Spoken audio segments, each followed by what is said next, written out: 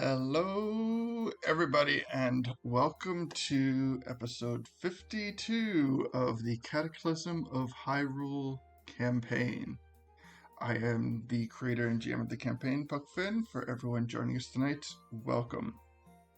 Before we get started tonight, we will go over some beginning announcements. And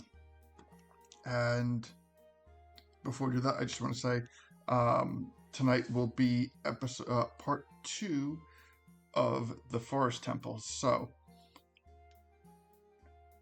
can you hear you now? Okay, awesome. Yeah. So, for those who don't know, we're trying something a little bit different with the audio today to try to improve the quality of the audio on our Discord server. So, right now, sometimes I talk to you plainly, sometimes I have my headset on, and I have been very transparent over the fact that I do not have the best hardware. I am far from state-of-the-art. So, to alleviate some of the burden that is put on my laptop for the broadcast, I am operating on... I'm talking to you through OBS Studios, which is what our broadcasting and recording software is. But I'm talking to the players via Discord, which I normally do, but I'm doing it with an earpiece on. So that earpiece is actually tied to my phone, so so that way I'm running Discord on my phone and putting less of a burden on my laptop. So hopefully we're going to give that a go, see how it works, and ultimately the goal is to provide for a better broadcast. So cross our fingers, we'll see how that works. But until then, as I said, today is episode 52. It is part 2 of the Forest Temple. The Forest Temple is an approximately 12 major room temple with smaller hallways and alcoves that can be that are hidden and can be explored with their own parts of the stories. So our party has made it through the first 4 rooms thus far, being about roughly a third of the temple. So any questions, concerns, or anything like that, I may not be able to address chat directly to answer any questions, but I will say that we have an amazing chat present that will most likely answer any questions before I even see them. So any questions, feel free, and we will elaborate and inform as best as we can to anything that may or may not have been missed. So, getting back to the beginning again, the first thing I'd like to talk about is our Discord server. Our Discord server is the place where everything happens outside of the campaign.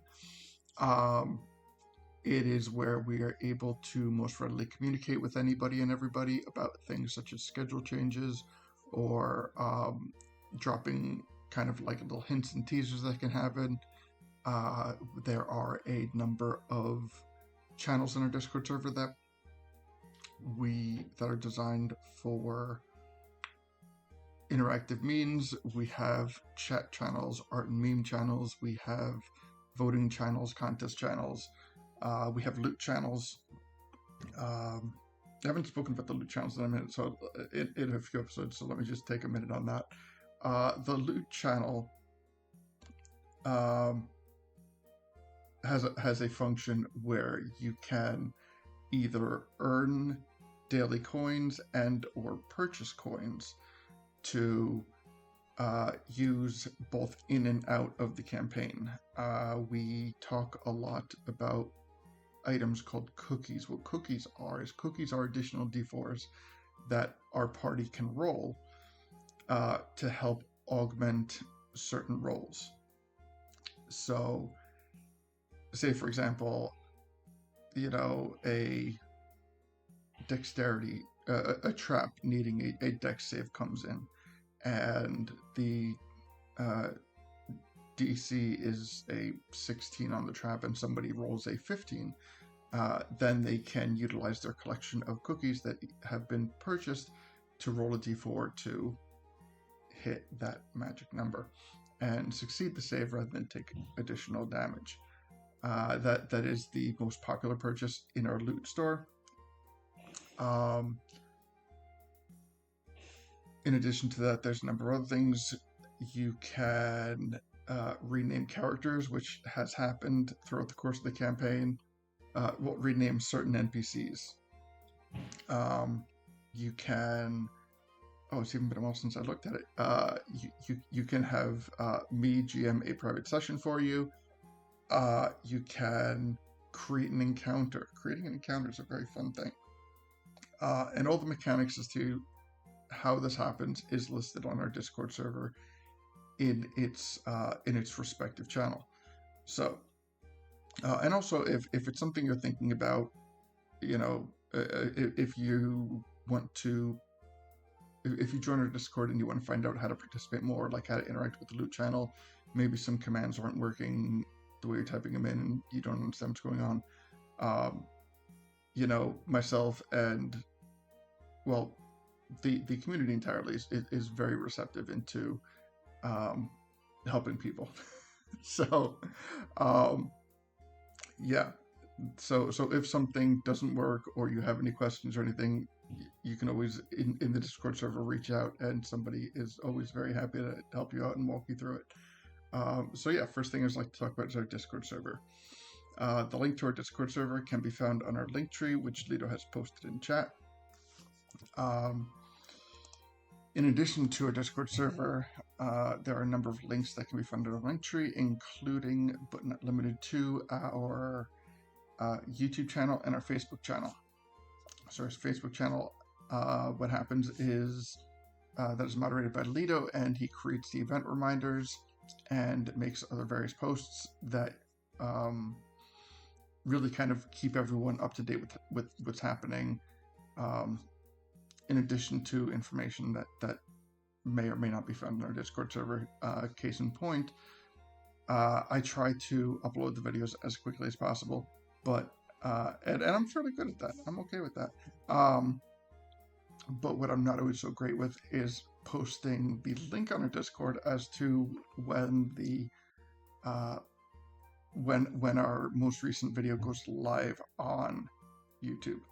So Lido is much better at that. So if you are part of our Facebook group, it'll probably pop up there before it pops up on our Discord. So go and check out our Facebook group, and lastly our YouTube channel. So what this is, we run a bi-weekly campaign, and 1 week we will run a campaign session, and the alternate week we will run a chat session. So the campaign session is fairly self-explanatory. It is when we run the campaign. The chat session, however, is a little bit more different. We have a loose format that we tend to follow. That loose format includes talking about what has happened in previous sessions, speculating what's going to happen in other sessions moving forward. We also kind of, as a collective, will speculate about things, and I will often talk about mechanics that are introduced into the campaign and go into greater detail as to how they function, because what generally happens is there comes point in times where new mechanics get incorporated into the campaign, and if and when that happens, I more often than not will have a we will know how they work, but during the actual session I don't have time to go into great detail to explain how they work, so I'll give just kind of like a loose overview on what happens. But in our chat sessions, we have more time that I can go over the intricacies of how things happen. And we've really kind of talked about really anything that sparks our interest. So it does not have to be about the campaign. It doesn't have to be about Legend of Zelda. It doesn't have to be about anything. We have had many conversations that have absolutely nothing to do with the campaign and had an absolute great time about it. So, yeah. So, without further ado, I am going to start to introduce our party for the night. We are 1, 2, 3, 4. We are currently at this moment missing Gully, but it looks like he will most likely be joining us shortly. So let's see. Let me just make sure I got everything good and no teasers before I port it over.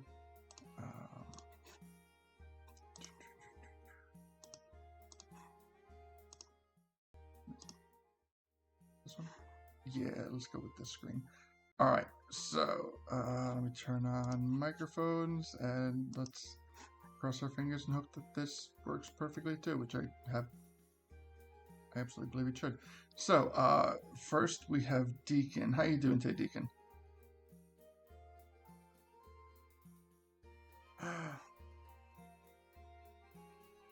Okay.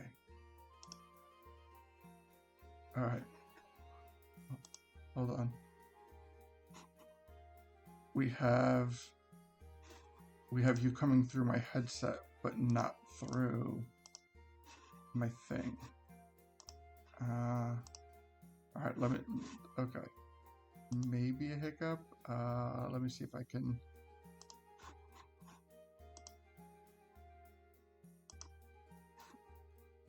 Let's see.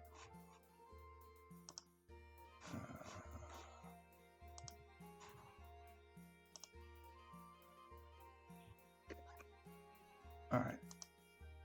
How about now?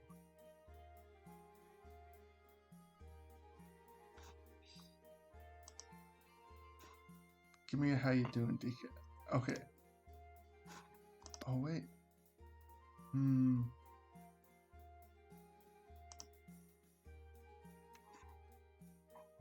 Can you hear me, Deacon?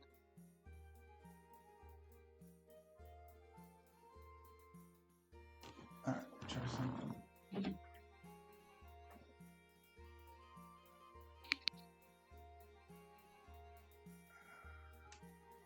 Huh? Oh, wait, what? Oh, wait. Do you want me to say something? Still? Yes. Oh, okay. Is this helpful? Do you need me to keep talking? Okay, so, but can you hear me okay?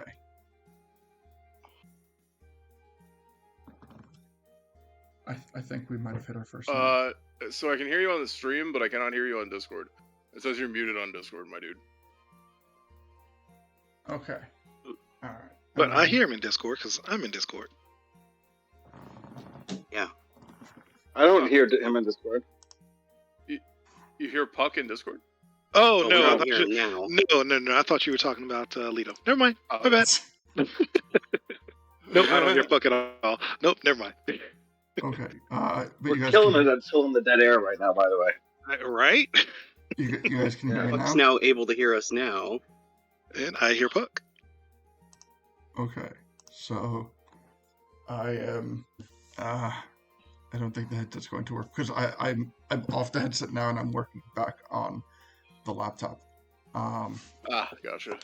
Okay. So there most likely is a way that we can make this work, but this was something that we had thought of like moments before broadcast. So we'll add it to the list of things that we can tinker with. Definitely. But yes, okay. So totally missed your intro, Deacon, because you were coming in my ear, but not on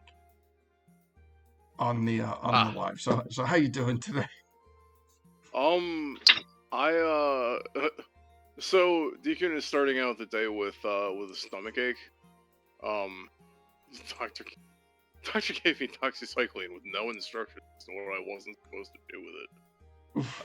Like lay down after taking it. So now my esophagus is all fucked up. Anyway, I'm having that kind of fun. So yeah, minus 3 HP or something. Anyway, but yeah, I think I think Deacon is very scared after the bug thing still. So he's having a rough time in here, you know. And from what I gather, it's only going to get rougher, so we're looking forward to that. All right, good to hear, and I do believe that I believe that your assumptions are fairly accurate. So, Excellent. Wouldn't have it any other way, Puck. yeah. So we've learned a couple of mechanics so far about the temple. We've learned about Kiwako's sight, the eye. We've learned that she can spawn both ice attacks and corrupted forest moblins, and we have been Spooky eyes. Yep, the Kiwako site, which there was one on right now that has been taken down, that you guys have taken out, and now the only other thing that we have currently running in the temple, sorry about that, is the floating head of Rico. Well, not floating, but the head of Rico that is guiding you through the temple, that is disembodied from his body, as Deacon has tried to reach in and remove him from the wall, which was quite unsuccessful. And quite unpleasant. Yes, bugs and bugs and bugs. So that being said, welcome, Deacon. We hope that you are able to withstand the side effects of your medication, and you can make it through. Thank you. But if not, if you do need to step away, absolutely, we have your back. And as always, personal health comes first. Appreciate it. Thank you.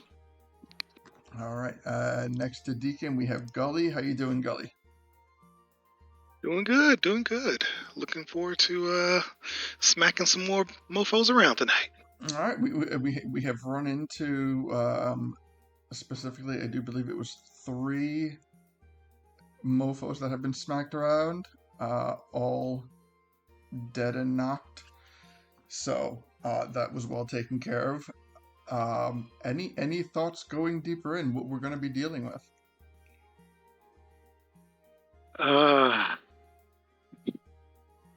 Well, honestly, Gully is hoping that at the end of this, we can find a nice, calm, level-headed person to take over this temple. Because right now, he's not feeling it. He's not feeling this temple at all. Yeah, calm and level-headed is not what is happening right now. So hopefully, I mean, I feel like there are some contenders. We've run into a lot of good and nice NPCs. We have some maybe potential party members who might be interested, or potential party members who may have specific NPCs in mind. So hopefully sooner than later, both this and the water temple will have their sages. But regardless, things will move forward when we see what happens. Yes. So welcome, Gully. Good to have you. And next we have Lido. How you doing, Lido? Hello, party people. I am doing okay. I am planning lots of stupid stuff to do today. Maybe I'll die. Maybe I won't. We'll find out. So in terms of movement, Lido has been one of the saving graces of this temple, because the entirety of the temple is made of difficult terrain, which means that everyone's movement will be halved.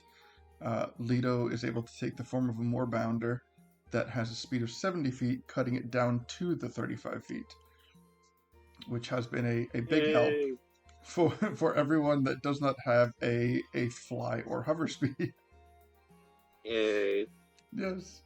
So Let's recall the fact that moorbounder only has 2 hit points left before it turns back into Lido.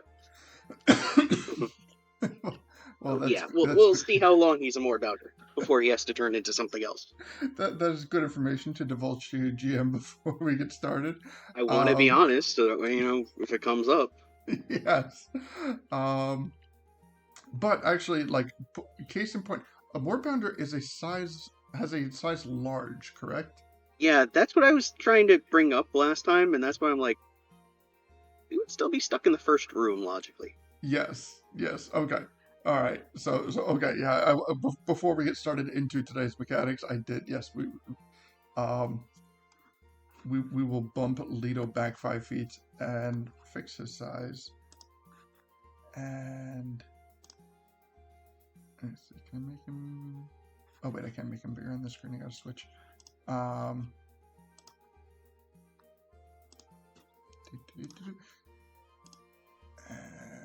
there we go. I'll make him proper size. All right. Wake up, everybody.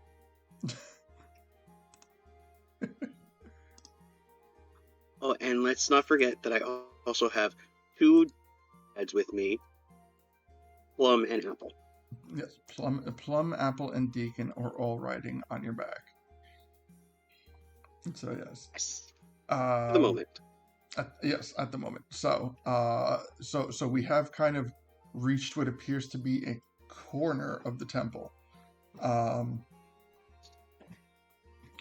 Do we know what's going on in that room yet? No. Okay, all right. So we haven't gotten that far yet, but approaching it from both sides, we have Stuffin and Gully at the southern part of the room, and then we have the rest of the party coming from a northern direction with what appears to be through a small hallway. So that looks like a good starting point. I do believe we have starting off at the top of initiative, and yeah. So with that, Leto, thank you. Always a pleasure to have. Cannot see what you have in store for us, and yeah, can't wait to get to it. And then, of course, rounding out the team, we have Stuffin. How you doing, Stuffin? Hey there, how y'all doing? Good to hear from you. Or good to speak to you, I guess. Yes, good to be back together. So this is Stuffin's official first temple. He has been in the water temple, in visiting, but this is his first real getting into the temple and the temple mechanics, and just kind of it being of a clear and present danger situation. So having gone through and having a fly speed, you are one of the naturally uninhibited characters, but also one of the more squishy ones. So although you have the ability to kind of freely move about more freely than other characters, I guess it's natural that you would do it with a certain degree of caution. So what is Stuffin's take on his first temple thus far? I don't know the word caution. I'm like the move like a butterfly, sting like a bee kind of fairy here. There's just lots of guys popping out of nowhere. That's something in faces and the vines. The fruit was good here, though. It's like a nice dining experience, and I can always appreciate a temple or any kind of resort with a nice dining experience. Yes, we did find a very beneficial fruit tree, and spent an amount of time thoroughly examining it, and now we know you're currently in possession of its fruit, as well as know that the beneficial effects of it, as long as somebody does not attack nor take damage, they will remain invisible to Kiwako sight for 1 minute. Yeah. No, I haven't quite figured out what that does for us yet, because it seems like there's still guys popping up all over the place, but I don't know, it's a morale booster, I'll tell you that. Yes, you have justifiably and probably, for the better, taken the initiative as a group to not wait to see what this site is going to do. If it's here, it is most likely bad, and we should not wait to see how bad. So, Stuffin, absolutely welcome. A pleasure to have you. Thank you. And there's no finer team that I would rather be doing this with, even though we have probably desperately split the party into fractions that it should not be in. It's just a fairy saying, don't split the party. I'll stay in the fountain. And we're split up kind of bad, like constantly here.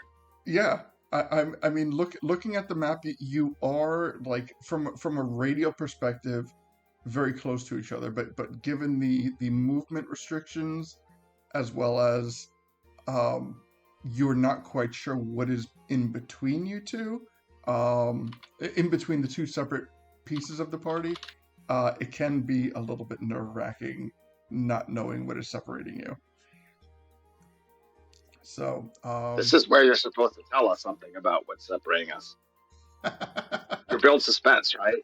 We're like, you don't know about the giant lizard monster that's hiding in the vines or something.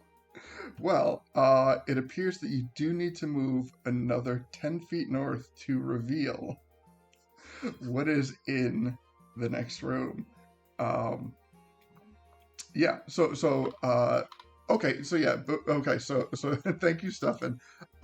Before we officially get started for tonight, one of the things that I do kind of want to circle back to and explain is, because I've done this a number of times, one of the things that I will do is I will give people behind the scenes looks as to what my maps are. Not while we are currently running the dungeons, but there have been a number of times that I've shown my GM screen for both the Fire Temple and the Water Temple. So yeah, once we get through the Forest Temple, I will look forward to showing everybody where all of my notes are with the actual writing of the notes are, because there are notes where sometimes ability checks are kind of overlooked, or I'll have something written be like, if they touch the chalice on the table, this happens, but if they don't touch it, then I don't bring it up. So yeah, one of the things that I will be looking forward to after we complete this temple is, during our chat sessions, taking down the fog of war that is obscuring our view and showing everybody the entirety of the temple as a whole, and all my little GM notes that I will be reading to you as we go through this. So, thank you once again, Stefan. Of course, always a pleasure.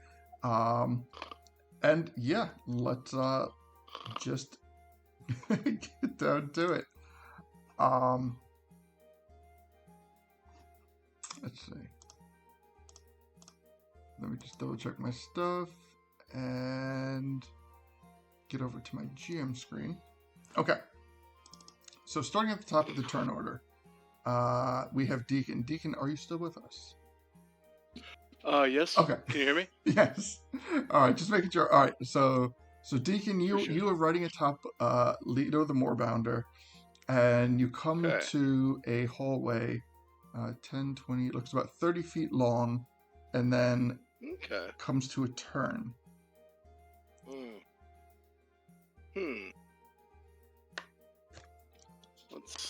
Let's see.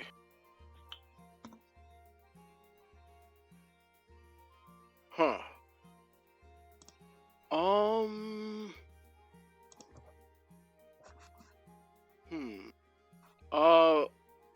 Can I like talk to Leto freely, or do I have to?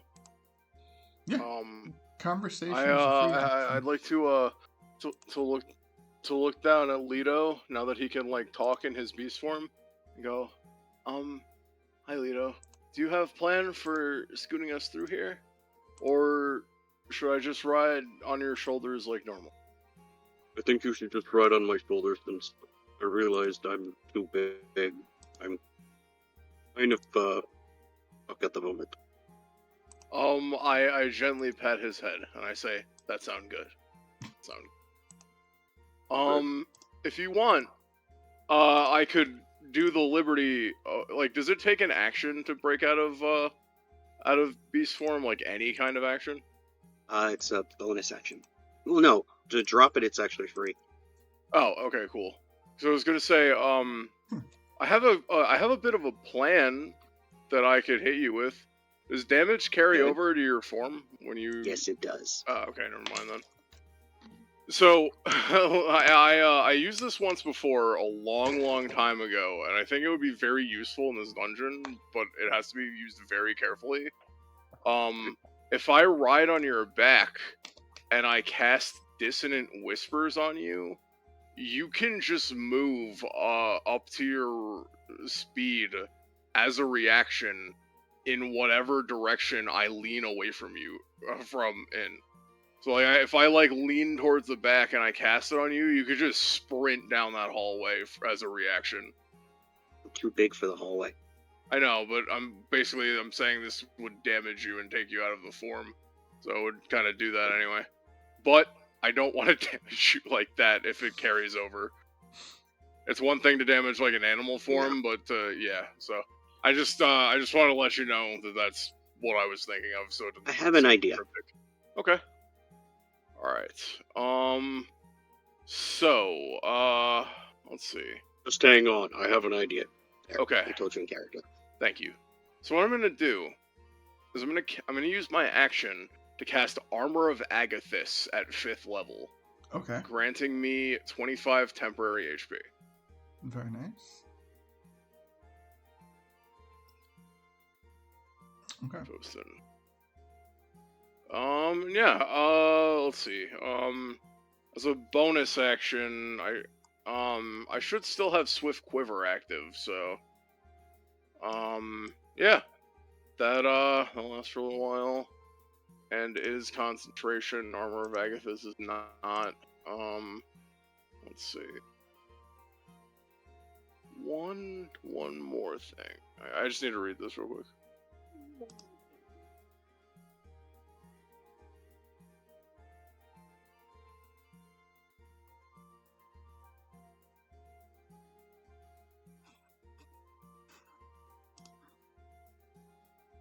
Huh.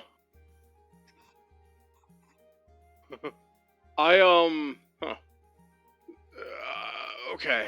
Sorry, this is taking me a minute. Let's see. I just want to, trying to, like, think of a use for my bonus action. But I don't think I have one. So, let's see. Actually, yeah, you know what?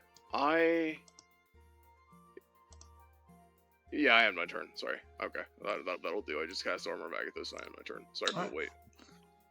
Sounds good. Casting Armor of Agathis on yourself, no problem. Just to double check, because we have the same exact initiative for Gully and Stuffin. We agreed that it was Gully who was going to go first, and then Stuffin to follow. You know what? I honestly do not remember. That's what we did last week. Okay. Last session, yeah. All right, sounds good. Okay, I just wanted to make sure. Is that how we still want to go? Because I am okay either way. I'm fine either way. Okay. We can. I don't know. It doesn't matter to me. You can keep it this way. Okay, sounds good. All right, I just want to make sure I can manage the turn order correctly. All right, sounds good. All right, so next up is Gully. Gully, you have come to the corner. You have taken out this really big forest moblin, and you're starting to and you've seen that Stuffin has rounded the corner and started to head in a northward direction. What would you like to do? Yeah, I will head the same direction as Stuffin. Mm-hmm. And I'll make my movement and then jump. So 5, 10, 20, 25, 30. Boom, boom. Boom. There we go. That way I can still see Stuffin. I don't see anything up ahead, Stuffin. Have you heard from the other guys yet? I don't want to get too far away from them. Nah, I haven't yet. What do you think? Should we hang out here for a bit then? Yeah, I mean, listen for them. I think these places are all connected in some way. All right. We can hear them. All right. Echo. Oh wait, I'm sorry. Hold on. Okay. Deacon, Lito. So before I have any actions, bonus actions, or free actions, you hear rustling on the vines behind you. What would you like to do? I will keep my distance, but keep my eyes peeled on them. Okay, so you start to see Rico's face emerging through the vines in the wall. He has a very pleading face on. He says, "Please turn back. Nobody needs to get hurt." Oh, Kiwako is relentless. don't go this way. You want me to go back down the other way? Okay. You need to leave. Kiwako will not stop until it is freed. Please turn back now. Oh, I think I need to free Kiwako. Free him of this place. No, Kiwako is bound to this place. I have bound her here.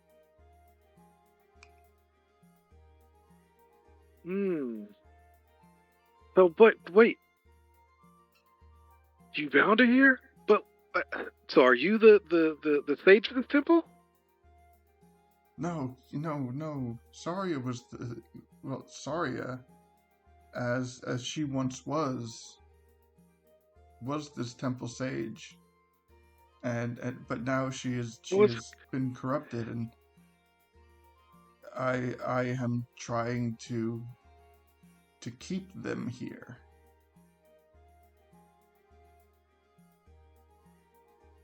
So, I'll tell you what. Why don't you let me help you? Why don't you let us help you? It's what we do. I am a lost cause. There's no such thing as a lost cause. I am beyond help. Never.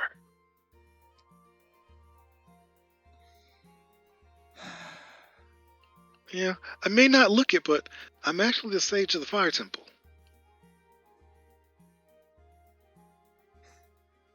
Says, how? How are you here? New day, new age. Sages can do a lot of different things that they couldn't do before. And one of them is govern over a temple and still be able to help others away from the temple. And that's what I'm trying to do. I'm trying to help the other temples be freed of corruption. And it seems like this one is corrupted, so that's why I'm here. So that's why we are all here. You've cleansed the fire temple. You have saved Arunia. Yes. And you set yes. him, you the set temple him isn't free cleansed. And became the sage? Yes. Well, perhaps there is hope for my sister. Perhaps. I would absolutely love to save her if possible. Well then, I was not able to dissuade those who came before you. But if you have cleansed the fire temple, then maybe there is more hope this time around. Continue to. We have also cleansed the water temple. The water temple too? Yes. Oh. I would imagine Rudo is a very happy princess. Well, but enough about that. I must, ensure that we cleanse this temple for you and relieve your soul. You seem to be very tormented, and you shouldn't be. I have chosen. Any words of wisdom or advice that we should heed aside from leave?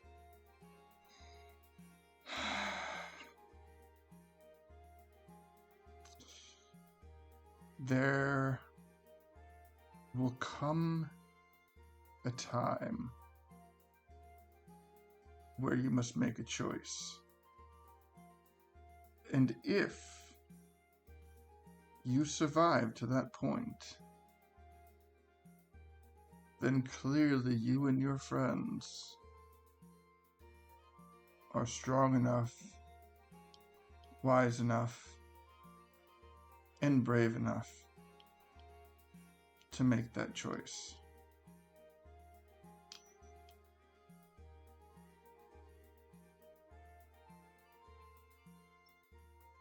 But beyond that, I'm at a bit of a loss. I suppose in some way we are all doing the best that we can. And I suppose try to stay out of her sight. She knows that you're here. I have felt the presence of her eyes traversing my walls already. She knows that you are here. But just because she knows that you are here does not mean that she knows where you are. Stay out of her sight. The more eyes that are on you, the more dangerous it will become.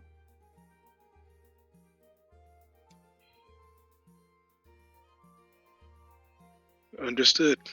Thank you for that bit of advice. Says I must go. Oh, okay. Wait, before he says I must go. Speaking of eyes and everyone, speaking of everyone's eyes on you, Puck, your stream is only broadcasting the wooden backboard. Like, it's not capturing the dungeon Oh, or anything. It's just like the wood panel at the bottom, except it's taking up the entire screen. There we go. that's better? Okay. It's fixed. Sorry. That's all. I mean, I'm not in the room, so I can't really contribute to the conversation. Sorry, I just wanted to make sure. Okay. Alright, so let's see. I just want to make sure if I... Is the map still viewable at this point? Nope. Okay, no, it's back to wood. That's back. Okay. Alright. It has never done that before. Shit. Let me see. Okay, so now it's viewable, Okay, it works again. but now it doesn't. It's working now? The map And is now it's not again. and now it's not. Okay. Alright.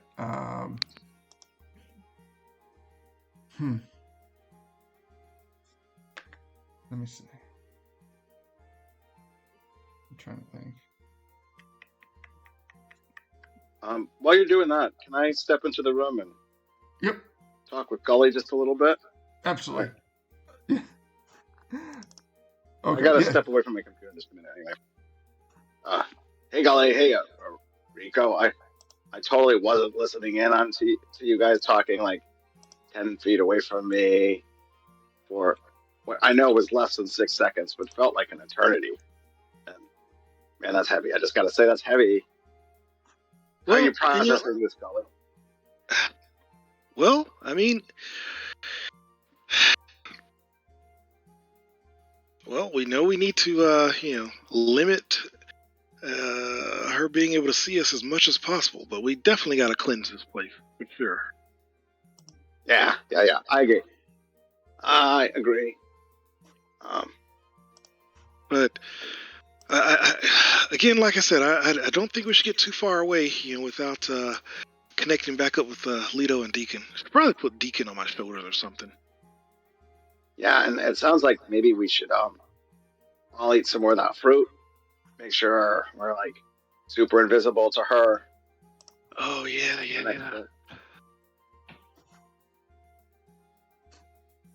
Yeah, because I think she can see me now, probably too. Yeah, I mean it's got to be close. And I don't think everyone ate the fruit. I think they were a little frightened of it, but Yeah, I think so. mm-hmm.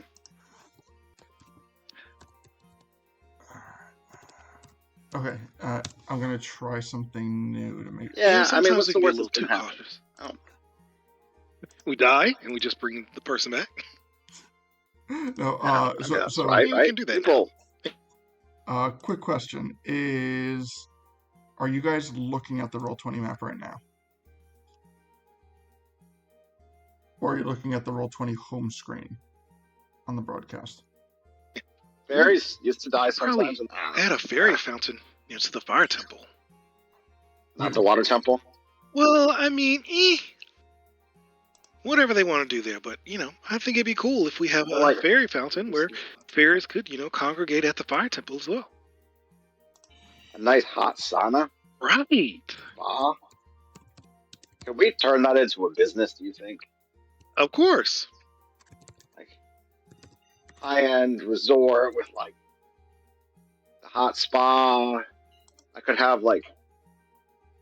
have like a drink stand on one side, and I could sell expensive jewelry to people.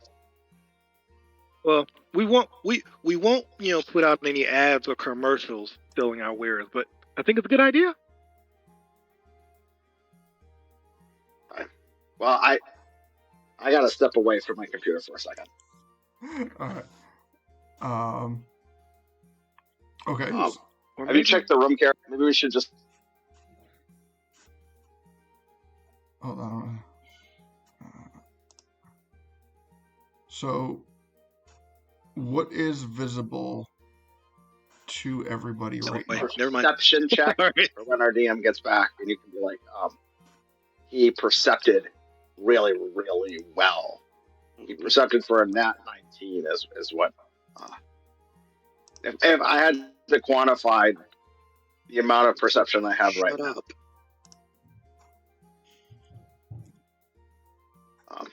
Wait. Would add up hold on. to be with a nat 19 plus 120 total. That's how perceptive I am. Okay. I'm gonna stay on, but mute it a little bit. All right. So what are you trying to perceive? Just looking at the room. Okay, just in general room. Okay, so at this point, Rico has rescinded back into the wall, and you can hear with that roll, you can hear Deacon and Leto talking, and you can gather kind of where they're coming from. But with that, aside from that, you are pretty confident that there is really nothing else in this general vicinity.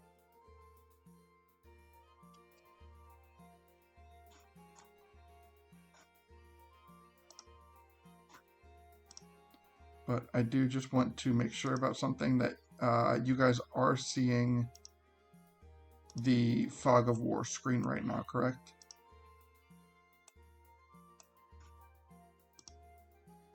Yes. Yes. Okay. All right. Because the reason that I ask is because the way that I would typically run these broadcasts is I would run them on two separate windows.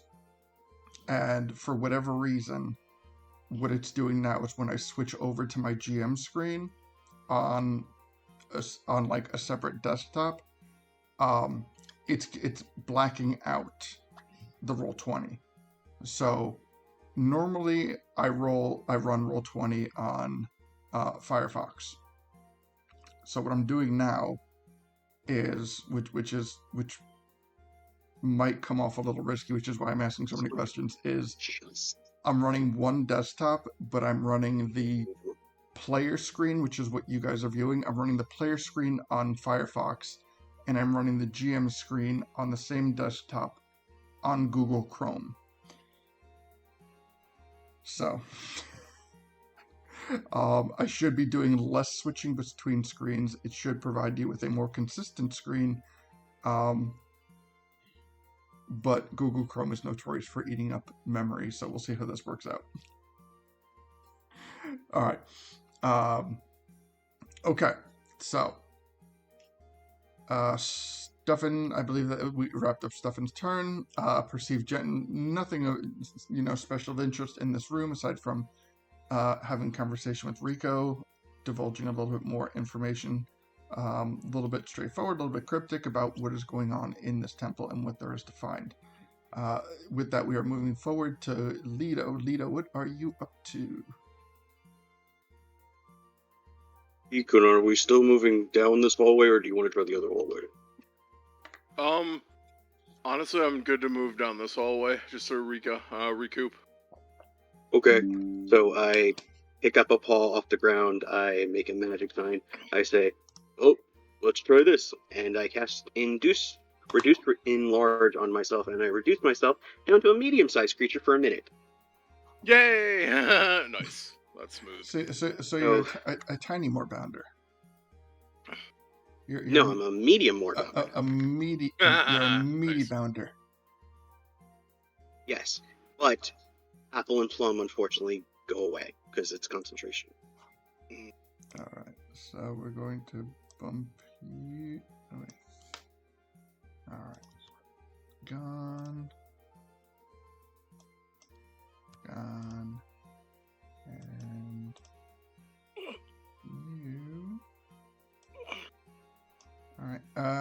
But now we have enough space for the two of us to down. Yes. So for the point of yeah. just narrating, I will say you were on the space that Deacon's on, and then you'll take your movement, and we'll move Deacon to where you are. Yes. But give me a quick athletics check to carry him. Okay.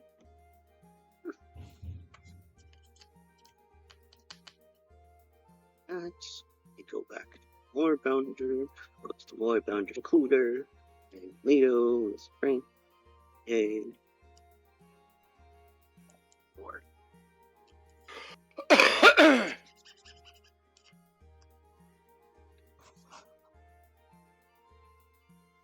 21. Not a problem. Using the Moorbounder.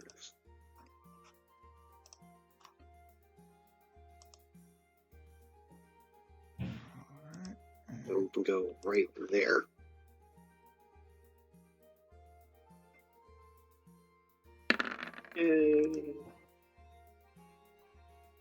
Hell yeah.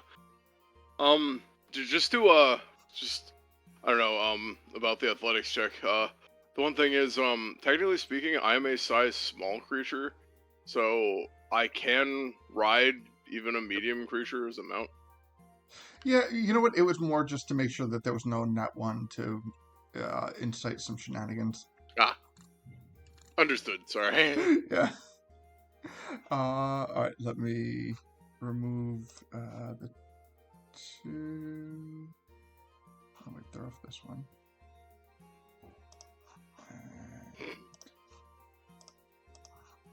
That's weird. Deacon, if you want to move All right. where I Oh am, right. that's how far you can move. Okay, cool. Sorry, I wasn't thinking.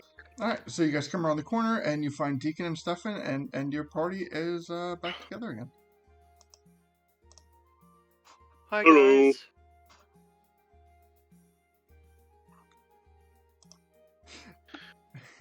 And there Good was to see much you guys. rejoicing.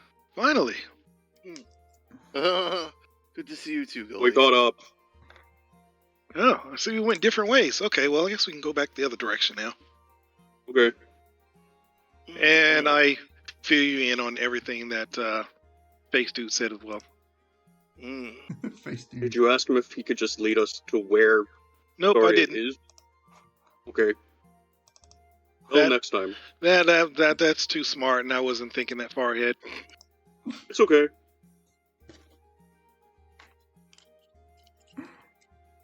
All right. So, with that being said, Lido, do you have any more movement that you would like to take?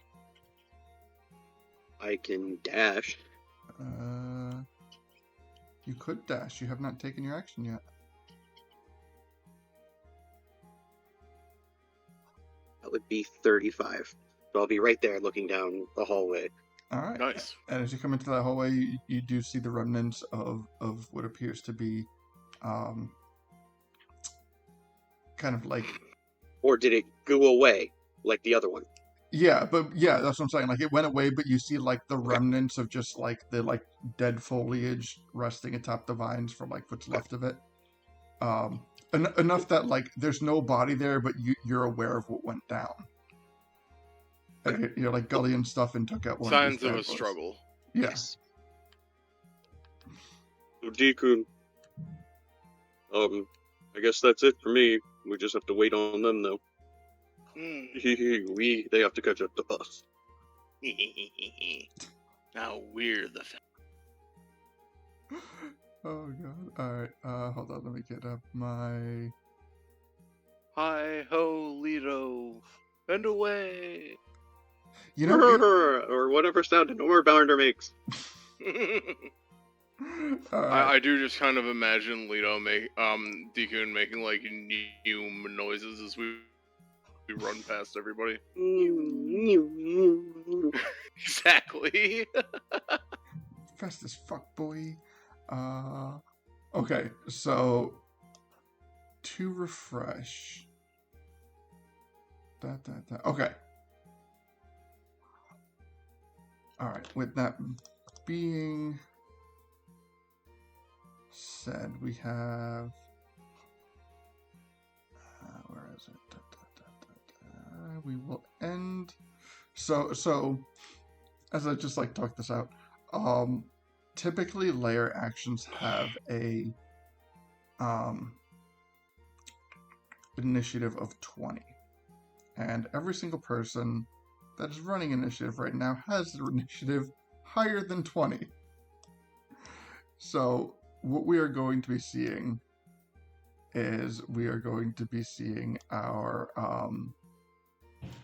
layer actions happening at the end of the turn cycle. For that reason. So okay, so as the layer action occurs, you see another eye pop up near the at the start of the hallway. All right. That being said, we go to Deacon. Okay. Can you tell me what happened to the last eye? Did we attack it and it worked or something? I shot it and killed it. Mhm. Okay. But it also, when it saw you, it did something to you. Oh. Like, as a reaction? Don't know. I know you were in range of it, that's all I know. Yeah. Puck, can you at least remind me what it did to me? What did it do? Some kind of... Oh, I had you make a con It save. did something. I had to make like a con save, but I Yeah. passed the con save. Yes, so you passed the con save, so technically nothing happened. Oh, okay, cool. Alright. Here. Give me 1 second, and I'm gonna shoot it. I'm gonna shoot it. Like, I guess... Yeah, I can't think of anything else to do. I think that's probably what Deacon would do at this stage, so... Yeah, Shoot it. Exactly. When all you have is a crossbow.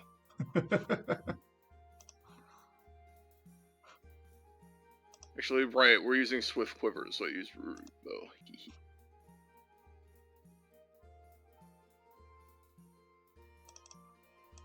Okay. Alright.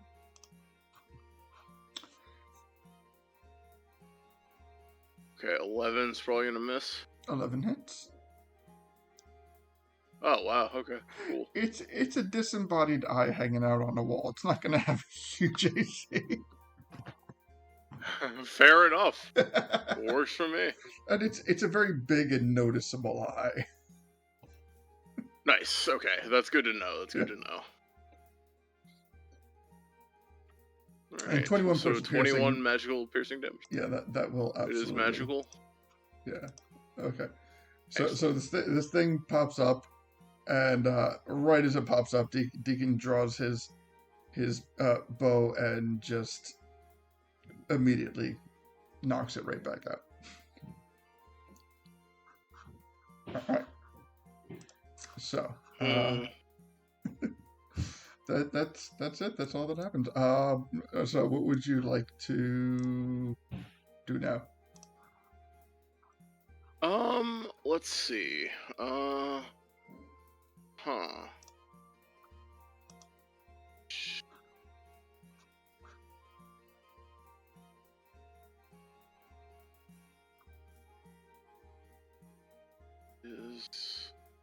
concentration. Okay, so that's what I could do.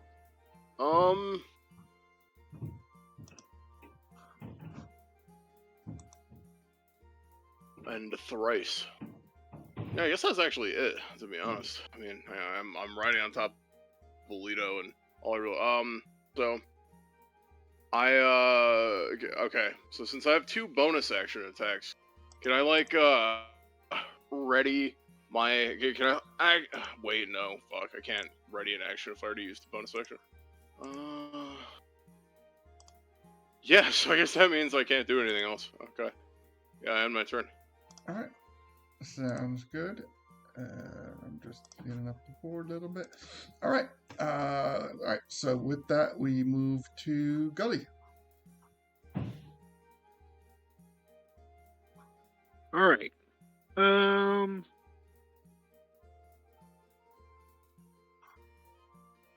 Okay, so what did they do? They went down past us? Okay.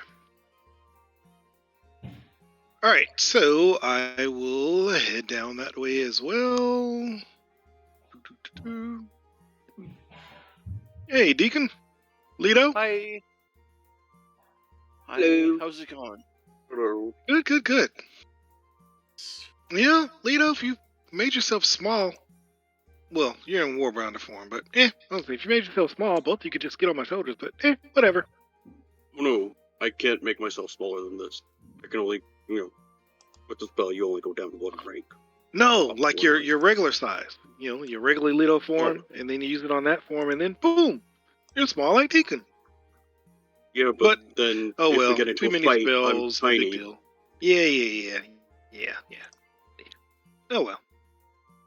All right, remember, don't let her see you when we get to her, if possible. Did you two eat the fruit? That's why I've been keeping my fruits. That way, when we actually get to her, I'll eat it, and then she won't be able to see me. Okay. Yeah, I'm also hanging on to my slice. Got it. All right. Well, in that case, we'll head on forward.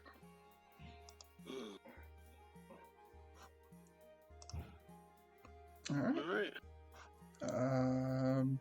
So Gully, you are good. Yep, I am good. Okay. How much time would you say has probably passed? Since when? We'll say since I defeated the big dude that was here in the way. That was about 2 turns ago. So less than a minute. Okay. Oh wait, we're still in initiative order, so never mind. Yeah, never mind. Yeah, so I would say Because I'm concentrating on a spell, so yeah. Okay. We're good. Okay. So yeah, I would knock that on 2 turns. Yeah, so this is number 3. Gotcha. Okay. All right. Just for clarification, do we have Stuffin with us, or is Stuffin bound by the vines at the moment? Yeah, I just got back. Okay. All right. So perfect Let timing. me catch up, but I just. So not much has happened.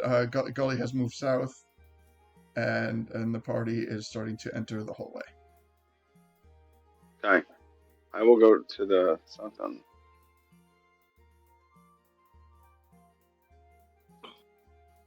Okay. So I've gone down there.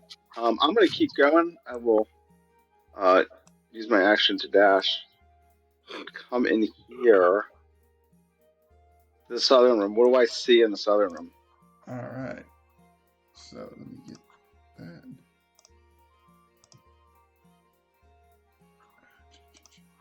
Nothing. I thought we said we were gonna stay together. I just passed you. You're going so slow. What can I say? I don't know. I mean, all right. So now, as you come into this room, you once again, I'm going to say that you hear Rico's voice, and the voice says, "You don't want to go down there. It's dangerous down there. Here, let me help you." and Uh-oh. the vines start to wiggle, and you see a brush pull up and block the entranceway that you had just saw leading to another room. Oh, so you're telling me that's where we want to go, huh, Rico? You're like, don't go that way. Wink, wink, wink. So you don't want to go that way. That way must be. Is there anything else exciting in this room here? Is that the only way we don't want to go? Wink, wink.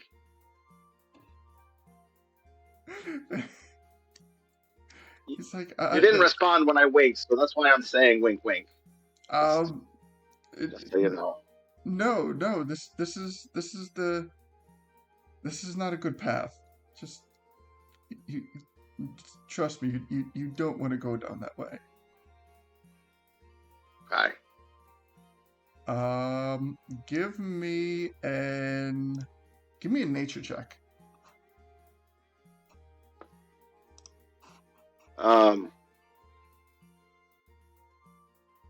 14.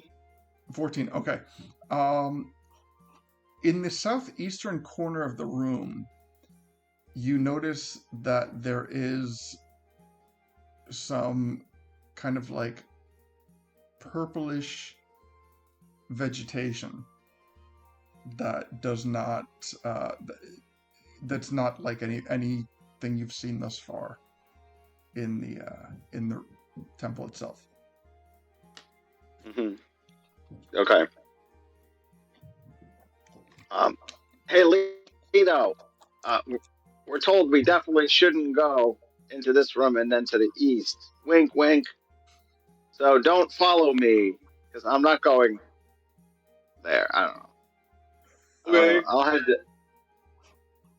I won't go without you, don't worry. Okay, I'm going to stop right there. I think that's fine. Okay, so I'll say like... Actually... What was that? I have one more thing I want to do with my bonus action. Okay, absolutely. Which was, he's going to use his telekinetic powers and try to like pull the leaves back that had just kind of grown over the path to the east. Okay, that's perfect because yeah. So what I was about to say was like as you see that these leaves, as you see that these like vines are starting to block the pathway, it's kind of like a bit of a slow growth. Like there's and as you start to like tear it away with your telekinetic ability, you start to realize that there really is nothing stopping you from going down that hallway. Like if you guys collectively wanted to go down there, breaking apart this newly forming barrier would not be that difficult. So in fact, even just like as it's stated, I would say that you tear away approximately 25% of the freshly grown barrier. Okay.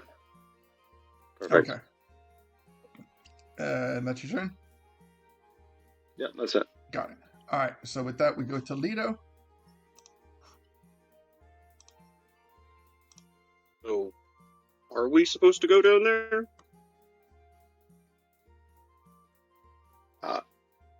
Definitely not. Definitely not. That's to the east. We're not supposed to go to the east. No, wink, wink. But there's some weird purple growth down to the south, too. I'm not sure what that is. We're supposed to stick together, so I'll wait for Gully, and then we'll go to the next step. So, I'll just wait here. Okay. Okay. All right. Okay, so with that, we wrap up the round again, and we're going to roll a d4.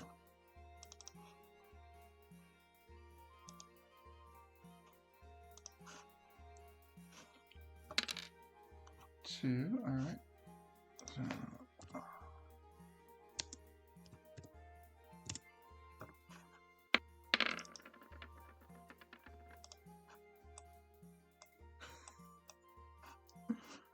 All right.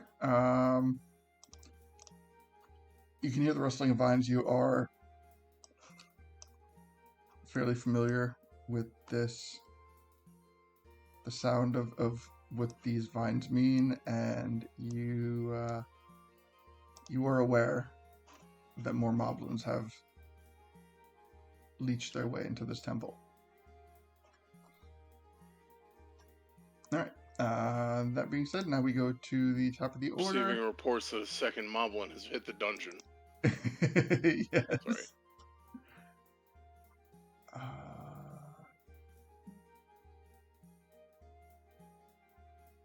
Okay, so going on first, we have Deacon.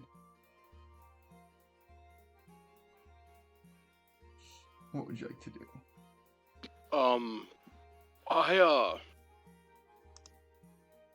Honestly, I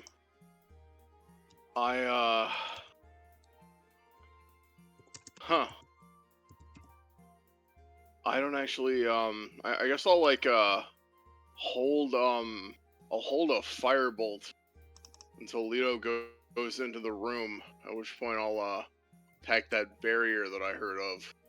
Can I do that? Yeah, so I would say that at that point, Stefan has expressed to you about the barrier, so you'd be aware of it. And so since you're writing Leto, yeah, once you go into the room, you unleash on the barrier. Absolutely. Thanks. Wait, did we skip Leto? No, I think so. I moved to the opening of the door, and that was the end of my turn. Okay. Oh, Is okay, it- gotcha. All right, gotcha. All right. So now we're gonna go to Gully. All right, and he's just gonna head on into the room.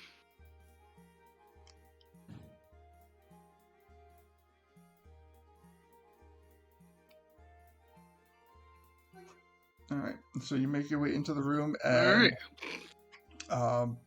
as a reaction, I would say that that's you can see the area that Stefan has begun to tear away at the foliage. But other than that, the rest of the room seems largely unassuming. Okay. Well, wherever Stuffin's tearing away at foliage, I'll do that as well. I'll go there and do that as well. All right, that would be over here. So is that over here? Yep. Okay, so then instead I'll detour there. All right. So, action. What would you like to do?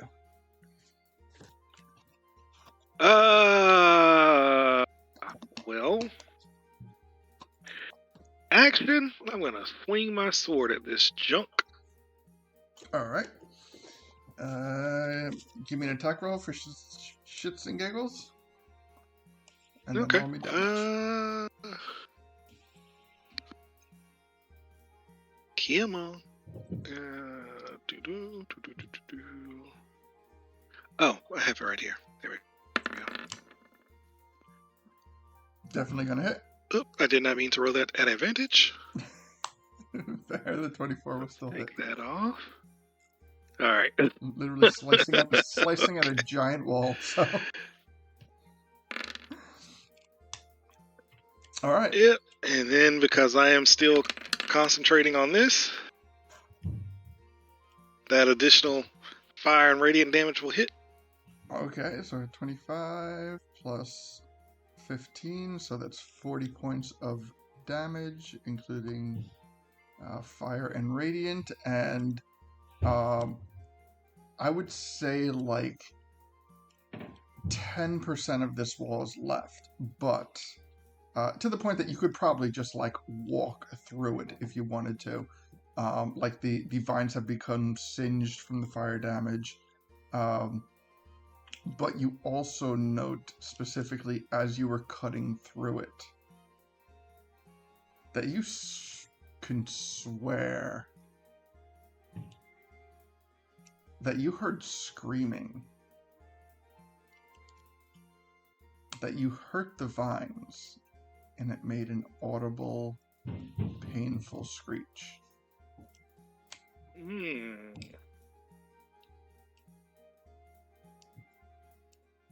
It was a little bit muffled. Well, You might even take a moment to look around to see if if there was any reaction from Stefan, which there would not be. It might have been something in your head, but it might have been that you hurt these vines. huh. Okay. Well, I'm sure the vines will be completely gone once I finish my attack swing. So, there we go. All right. So you make your next attack swing. Yeah. Not even going to bother having you do an attack roll or damage roll. And what's your I don't know, passive? guys. I might be going crazy, but I kind of think the vines may have whined a little bit when I hit them just now. I don't know. Maybe I'm going crazy. What's my what? Perception check? What's your passive?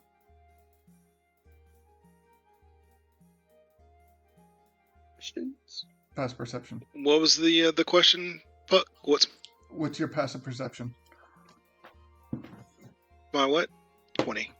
20? Okay. Passive is 20. All right. You notice on like the side of the wall where like the actual wall of the temple is, the vines seem to be bleeding. Interesting.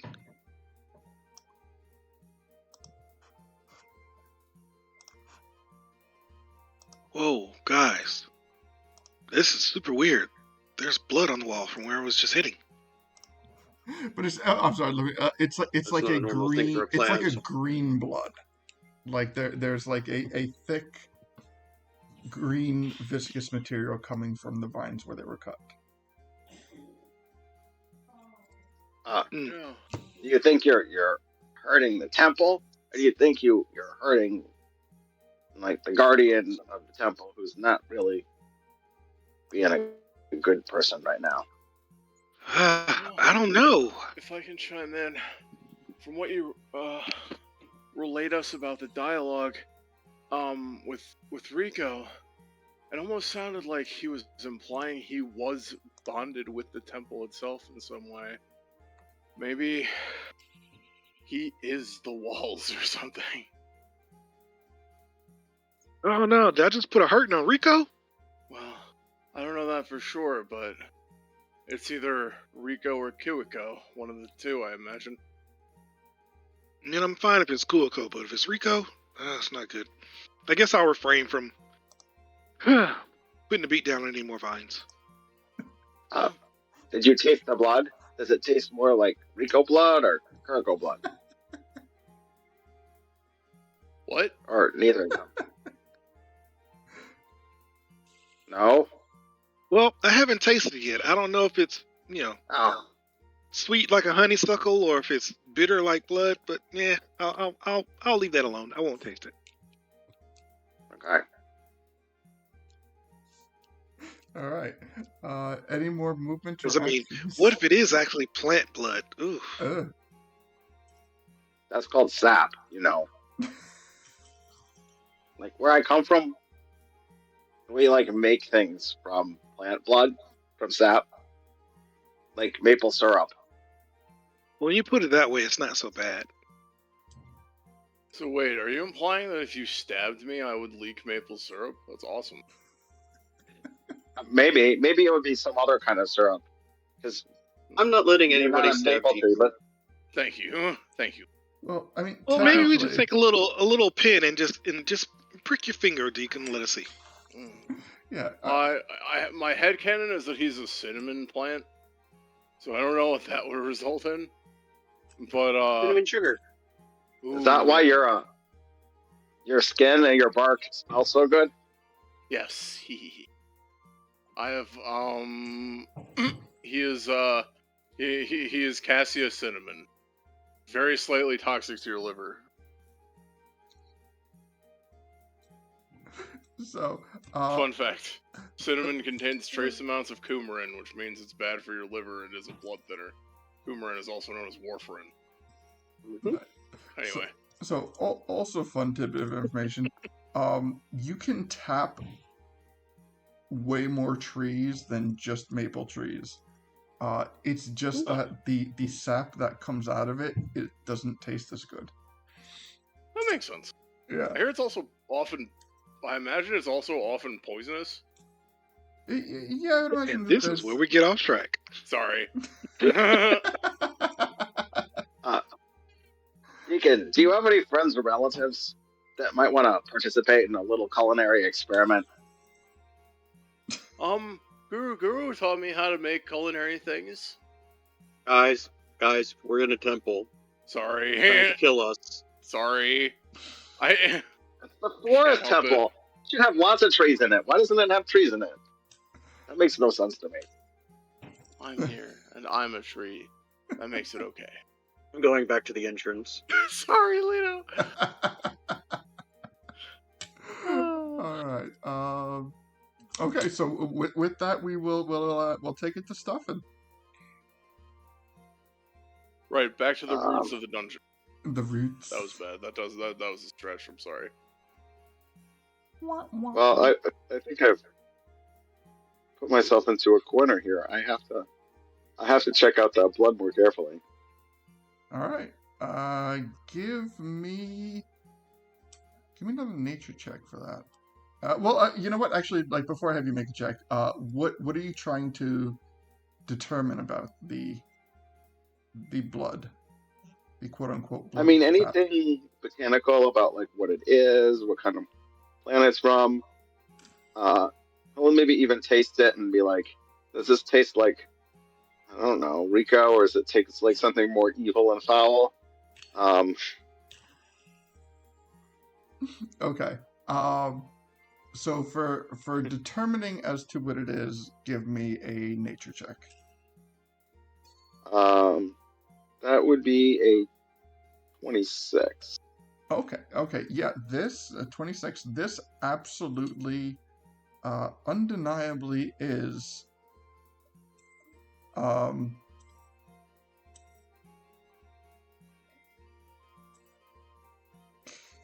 Kokiri blood. Oh no. Yes. Yeah, it's Kokiri blood. It is Kokiri What's blood. And so with that, I will even say Kokiri is the race that both Soria and Rico are. I was right. He is the dungeon. I have to ask a question: how anybody knows what that tastes like? Well, we haven't gotten to the point of eating it yet, but if you would like Okay. to consume it, roll me a con save. That'd be rude. I'm not gonna eat it. Okay. Not the concept that worries me. It's just rude. I'm sorry. So you kind of like kneel down and These are sentient plants. If they weren't sentient, yes. So you kind of like kneel down and you like put your fingers, like rub your fingers on it and kind of roll it between your hands a bit, and it feels like blood. I gotta be clear about something. Yeah. Like when you say eat it versus like taste it, he's tasting it. I said that. I'm sorry. Okay. He's just not like eating a lot of it. Okay. So just like, okay, so you take it, you kind of like rub it on your fingers. It's warm. It's warm like blood. It is kind of like sticky and viscous like blood, but it is green. And you kind of like take just like one of your fingers and like tap it to the tip of your tongue to just taste it. And it tastes like, I guess oaky would be the appropriate term. Yeah, there might be like part of you that's kind of like expecting it to taste kind of like irony, but like when you kind of like roll it around on your tongue for a bit, you kind of get the unmistakable taste, like you're chewing on a piece of like oak bark. Yeah, I thought it would taste ironic, but instead it just tastes kind of like an oak tree. I knew I was walking into that one. Irony. It's just kind of ironic if you think about it. The irony of it not tasting irony. Yes. But yes. It is difficult to tell specifically who the blood belongs to, if anybody, but the information that you've collected thus far is that it is Kokiri blood, and there are at least 2 known Kokiri entities in this temple. One being Rico. Is Rico and the other gone? being Saria. Rico, you still there? Yeah, he's gone. Let me see where he is. I think. Can't believe Rico is fucking dead.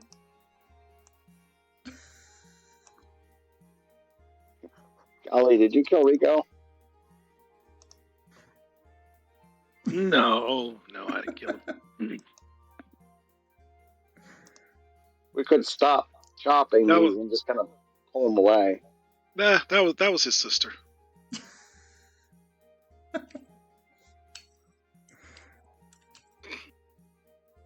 I mean, there's only one way to get more information. And that is... I think that's my turn. Yeah. Alright. So we wrap up Stuffin's turn, and we go to Lito, who is standing with Deacon just outside the room.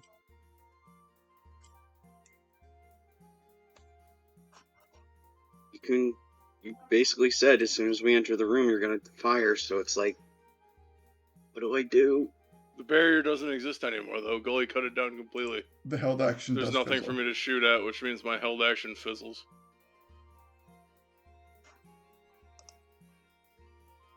So I will come in the room and go around you guys and look and see what's in the next room. Alright.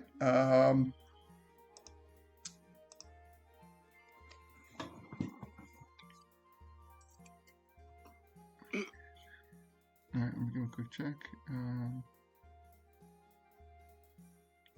Alright, so you come into this room and you're starting to hear a combination of things at this point. You are starting to hear the moans. The moans are getting louder. The moans are getting more noticeable. But through the moans, and I will play the moan, here's your moan.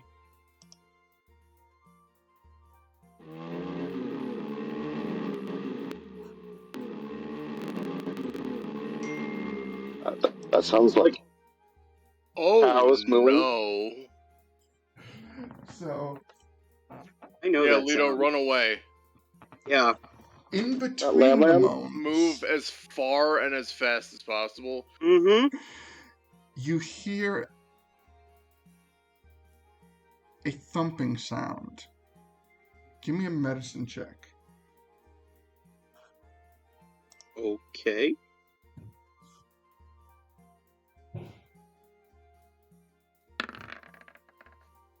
What did I bench? Okay, so Only 21. all right. So at first it's not noticeable because you are so just kind of like enraptured with the sound of these moans that are getting louder, and the closer you get, the more unmistakable the sound becomes. But then you start to pick up on a secondary sound, and it sounds like a beating heart. An unmistakable thump thump, thump thump, thump thump. And it just so subtly breaks through whenever there's just that little bit of silence from there not being a moan. You do get that sound.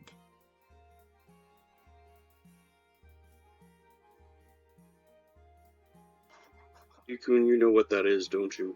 The same thing I know. Oh yeah. We gotta get the fuck. But if something is, like beating, it might actually be important to get by them. Deacon size. It's like, you're right. Gully, we need you to go first. Sure thing, buddy. No, and be very careful.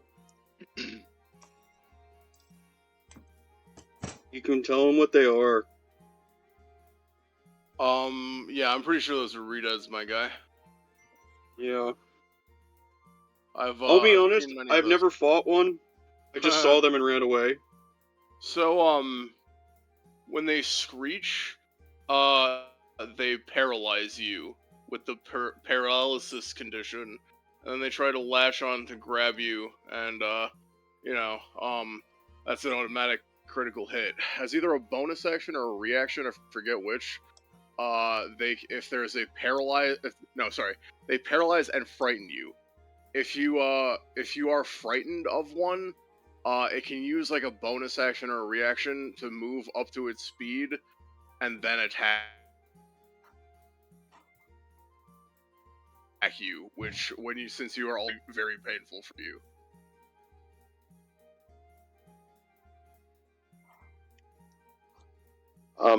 Your character knows this? It's Yeah. not a... Yes, the Deacon has Yes, had I have fought these multiple as run-ins with I've seen them. Redeads. I literally a horde of Redeads attacked Kakariko in Deacon's original timeline, and he had to literally just like with his buddies clear them out, so he knows exactly how they operate. Because like literally they had to take out like There's 15 of like them. almost a dozen, yeah, like Yeah. 15 of them. And we were like level 3, so they very nearly killed us multiple times. Had it not been for their... Do you think it's going to be a... They were easy to divide something and that was like conquer. a huge threat at... What was that? So something that was a huge threat at level 3, is that going to really be like a danger to you now?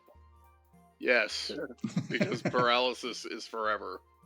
Well, not like literally forever, but I'm just saying like paralysis is like always going to be threatening. Because Also, this is the temple, so things aren't always the same. yeah, I mean that's true too. That's true too. But it's more Well, like yeah. if they attack in numbers, you will eventually fail. We stuff our ears or something so we can't hear them. Huh. I didn't think about that. If what? Well, You have stuffing, fur. you're living up to your name, buddy. Ha! Nice.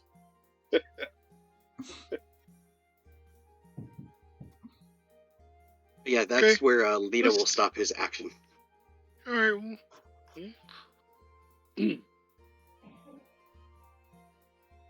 All right. Well, with so- that, I'll stuff some stuff into my ears to clog them up. And what are you stuffing into your ears? Oh, well, let's see. I've got a ton of items here. Let's just go through all of this crap I've got. Oh, gee. Nope.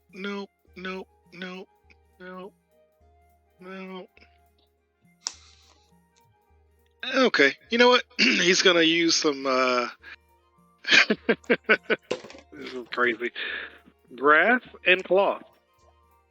He's gonna stuff grass in the ears and use cloth to wrap around his head and tie it so it stays in. Okay. Makes no sense, but that's what he's doing. So what I will, because I don't believe that can fully deaden the sound, but what I will give you is a +4 to any saves that revolve around hearing. Yes. That works. Okay.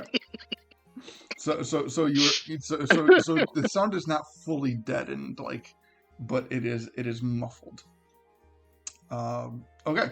All right. So head wrap on. Gully, what would you like to do? All right. So with head wrap on, he is now going to proceed on around past Leto and Deacon. There goes my hero. And he's gonna go there. All right, you come into another narrowing hallway.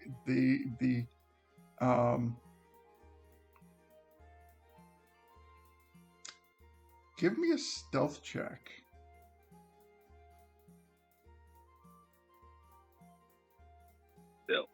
Stealth. Where are you? Stealth. Not flying hand. Stealth. There we go. Again. Disadvantage. Heavy armor. Okay. No, that doesn't work because you have the padding. We got the padding from. Oh yeah, that's right. Okay. Yeah, not I'm actually not at disadvantage. Yeah. All right, so Still a low roll. 7th, 14. All right, so let me just give a quick check, but I'm pretty sure that's enough.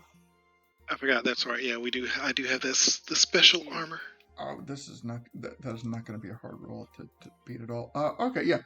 You get closer and you hear the moans start to get louder, but you can see that there is a very narrowing hallway in front of you, and you are not entirely sure where it leads or how far it's going to go.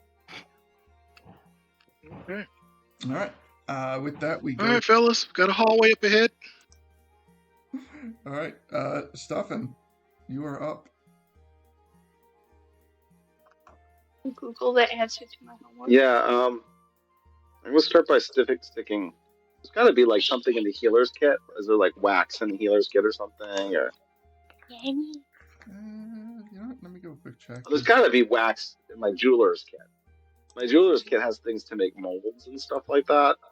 So there's got to be like clay or wax or something. Kit.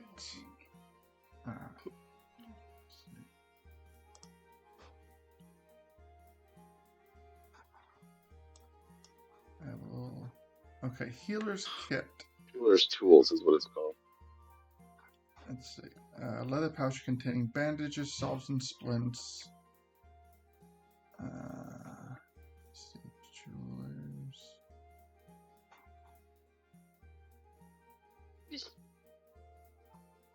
It says the tools needed to pursue a craft or trade. That's pretty vague. I think that includes all the tools. Okay. So you wanna melt some wax into your ear? What would you like to do? I don't think it's. I think I could just like smush it and put it into my ear. Smush it? Okay. Or something like that. My guess is it's probably clay. Okay. I'm thinking it would be like clay, something that you'd make a mold into, and then you could like pour metals in. Okay, and you as well will use items from your healer's kit, the bandages, to wrap it around your head? Yes. Okay. Yeah. Not completely deadening the sound, but I will also give a +4 to that as well. To any saving throws revolving around hearing.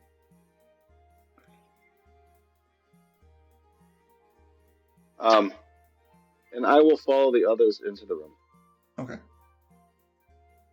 Great. Thank you. Welcome. And with that, we move to Leto. Hey. Where's Leto? Oh, okay, you moved. You're good? I will move up right next to Gully and stay there. And hold an action if something comes within range to claw it. All right. That'll be me. Are you occupying the same space as Gully right now? Yes. You and Yeah, I'll move back. Okay. There. I'm right behind him. Gotcha. Okay. Are you? Are you still more? You're still more bounder, right? I don't have anything in my ears. Okay. Yes, I'm still a moorbounder. All right. So end of initiative. We are going to. Where is it? There it is. It's going to be an ice spike attack on Lido.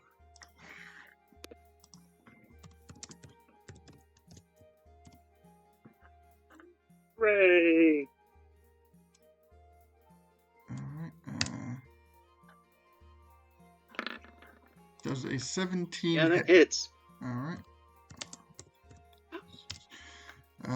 So a spike protrudes from beneath you, dealing 9 points of cold damage. So I am no longer moorbounder, and I take an additional 5 points of damage. Hard.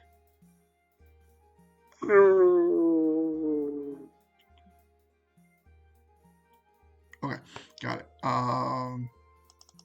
Alright, and with that we go to the top of the initiative. Oh, I also have to do that. Okay, I'm still small if I want to be. I'll just drop the dude for large too, because I'd rather be tall Lido than tiny Lido. Okay, so I would say that yeah, tall Lido can continue to carry Deacon without issue. Yeah. But okay, so dropping the enlarge reduce spell, so you can carry Deacon. With that, we anything else before we go to? Oh wait. Okay. All right. So that's good. And all right. So now we're going to the top of the order with Deacon. Okay. So, I use my bonus action for my aberrant mind telepathic speech to contact Gully. So I'm establishing a telepathic bond between us so that we can communicate freely. For the next let's see.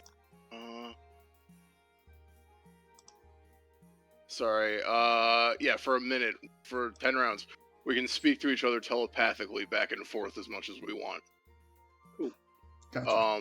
So now if there's anything you need to warn us of, or vice versa, even with you being mostly deafened, we can communicate freely and clearly, and I can like relay it to Lido and I guess not Stuffin, but still. Okay. Okay. Cool. Then, let's see.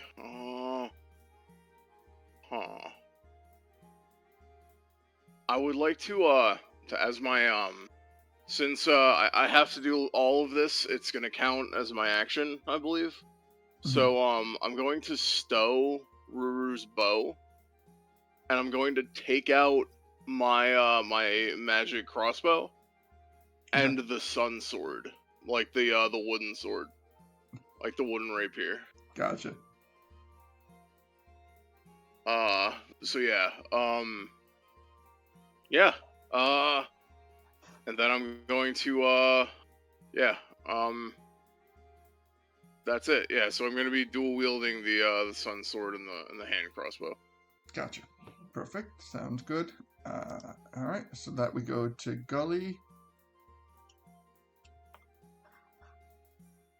Alrighty. Further down we go.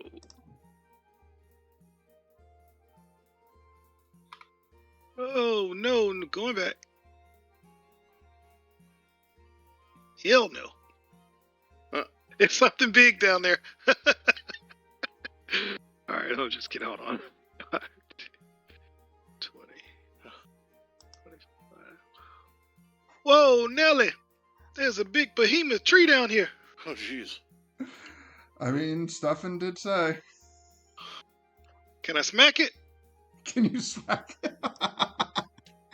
You're not even gonna talk to it, or like be like, "Hey, Hey, tree, are you alive? Nope, you're just gonna smack it. That's not my department. I'm not the talker. I'm the beater. Okay, so I'll read. Hey, tree, are you friend or foe, tree? Before we commit to actions, I'll read it. So as you enter the chamber, you find a large tree. The bark appears to have some decay on it, and the soil beneath your feet feels loose.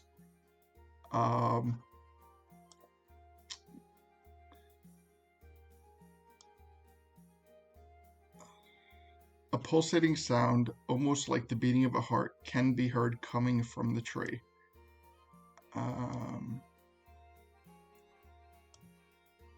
Okay.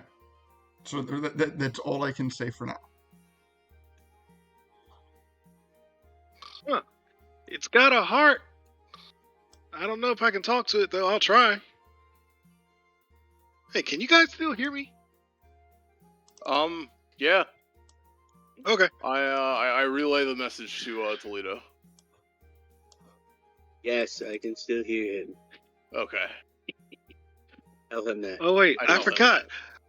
I don't need to yell. I can just think my thoughts to you.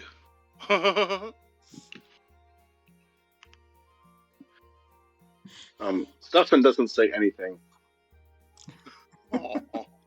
Hey, Mr. Tree, are you a nice tree or are you a bad tree? The tree does not respond. Can I go by? You're kind of big and I want to get by you. Can I squeeze by? Is that okay, tree? So although the tree does take up a good bit of the room, there is also nothing really preventing you from getting around the tree and continuing on. Okay. All right. Okay. Well, with that being all of my movement anyway, I will stop there. All right. Anything you would like to do for an action?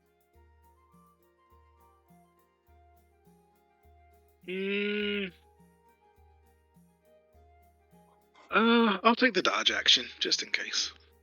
Okay. All right, you got it. All right. Okay. So that being said, moving on to Stuffin. Stuffin, what would you like to do? Okay, he's gonna head.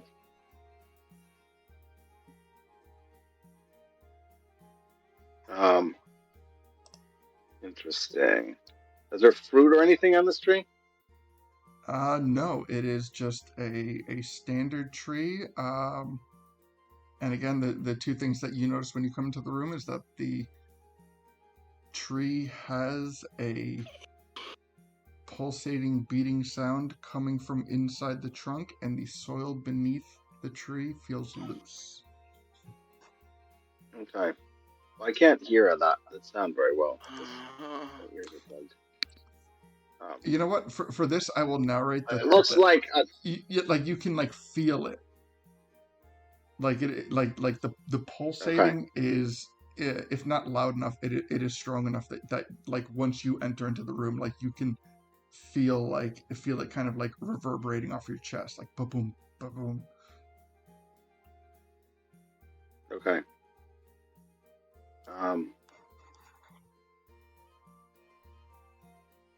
I mean,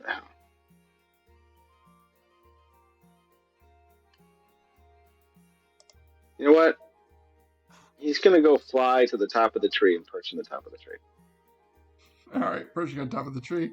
That would put you. What did I narrate? I narrated. You know what? I would say that like the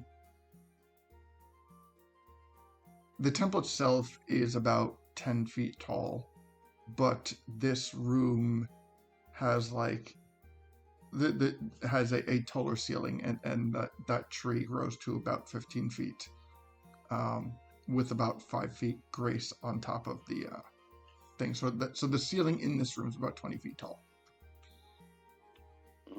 Okay, so anything that you would like to? He's gonna perch there, and it'll be like, "Hey, you're a nice tree, aren't you?" And it's just gonna like pet the tree like it's a pet. All right. And I think that's it.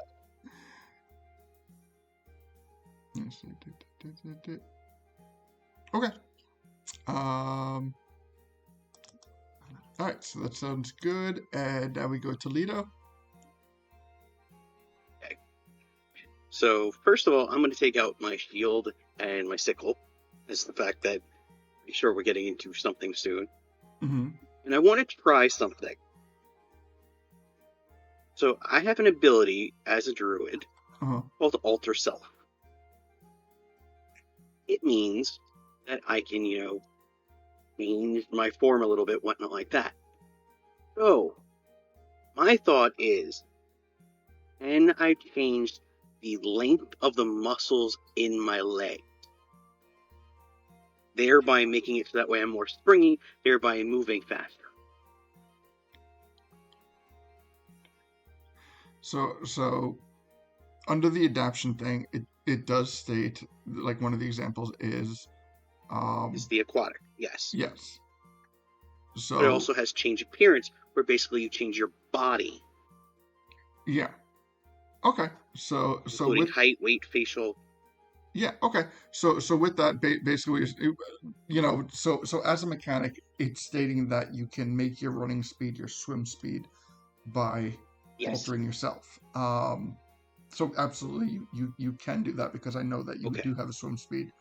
So yes, you alter the muscles in your legs so that your movement speed is more on par with your swim speed.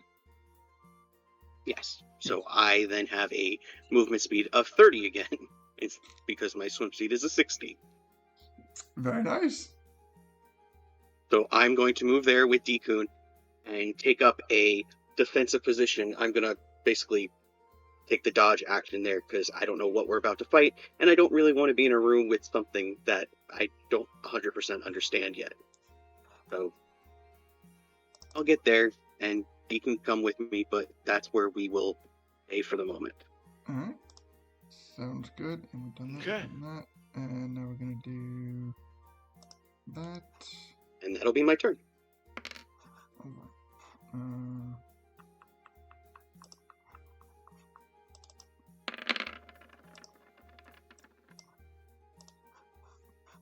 All right. So I just...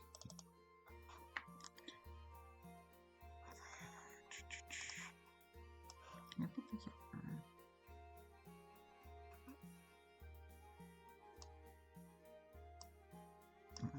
All right.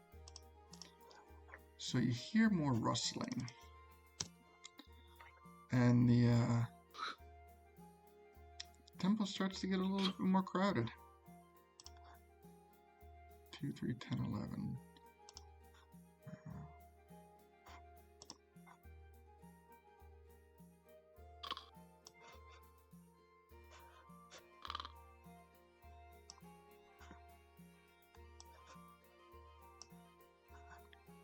Two,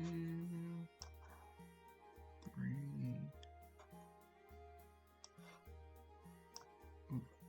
10, and 11.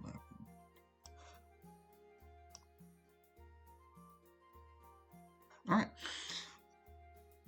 Sounds good. And before we go to the top of the order, we are going to... Okay.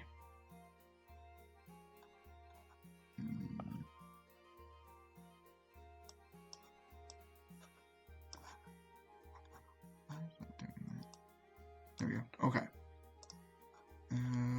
No investigation checks were made. No nature checks were made. No arcana checks were made.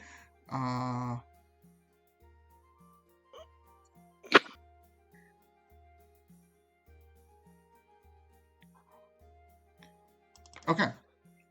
So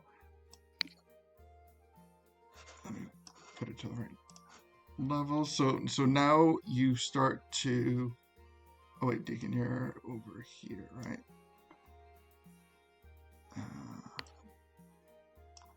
Thanks. I just stepped away from my keyboard for a minute.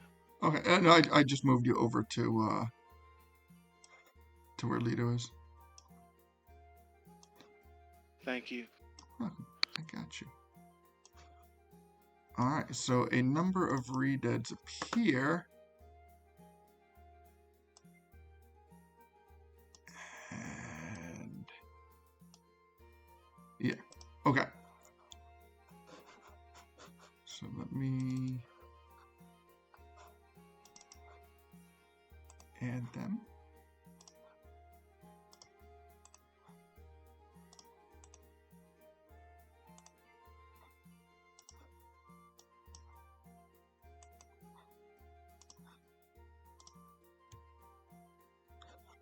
And get the initiatives.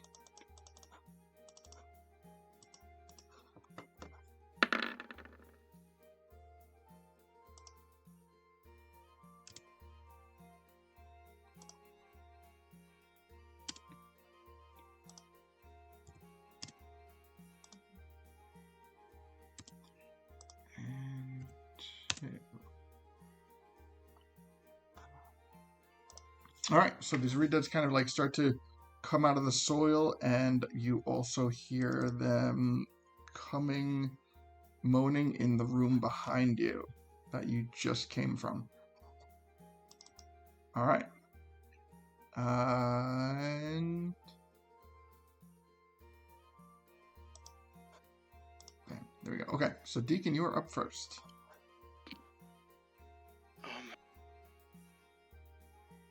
Can I take my turn like a little later in the round? I need to do something. Yeah, I got you. I got you. No worries. Stuffin, you are next. Sitting atop the tree, you start to see these things crawl out of the loose soil at the base of the tree. One of which comes very close to the base of the tree and notices you, and the other one comes up, starts to come out of the ground right by Gully's feet. Mm-hmm. Are they aggressive? They don't look pleasant. They do look, they look scary. But technically they have not exhibited any signs of aggression yet. Right. If you'd like to do a history check, I can elaborate. Sure. All right.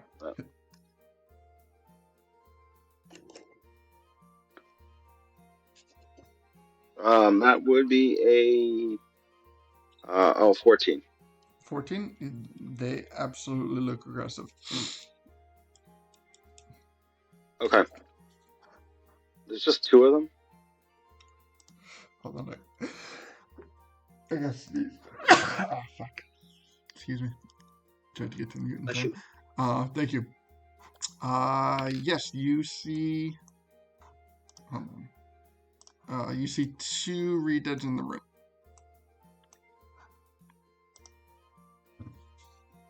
Okay. I am going to I'm going to cast slow on them. All right. Sounds good. They need to make a wisdom saving throw. DC 19.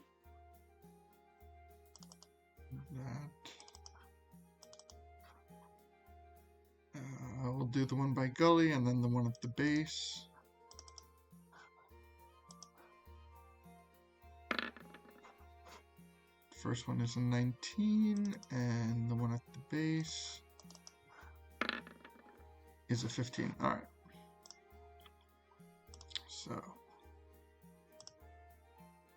So one passed, one failed.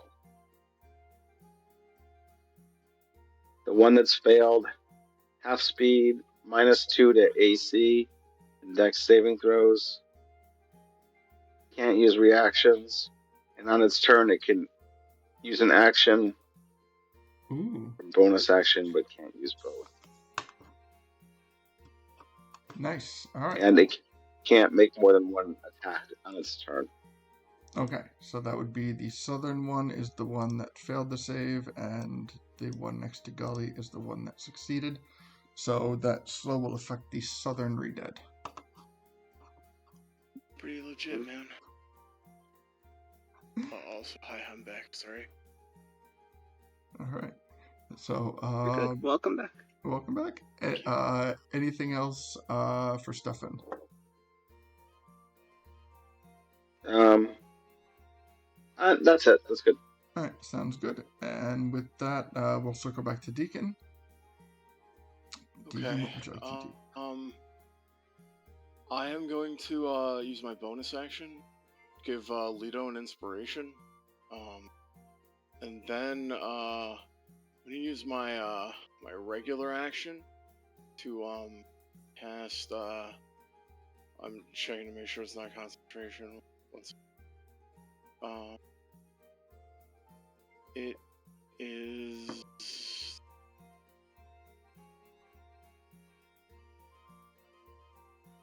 Yeah, I'm gonna cast a mirror image myself. All right.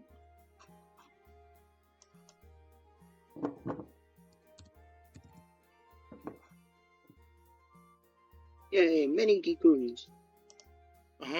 It's like it looks like your entire there's like one hanging off of each of your arms, and then there's like one on each shoulder. All right. So, 3 illusionary duplicates of yourself appear in your space. Until the spell ends, the duplicates move with you and mimic your actions, shifting position so it's impossible to track which image is real. You can use your action to dismiss. Wait, what was that? I'm literally like doing little tiny micro teleports around Leto, like Yeah. on top of him.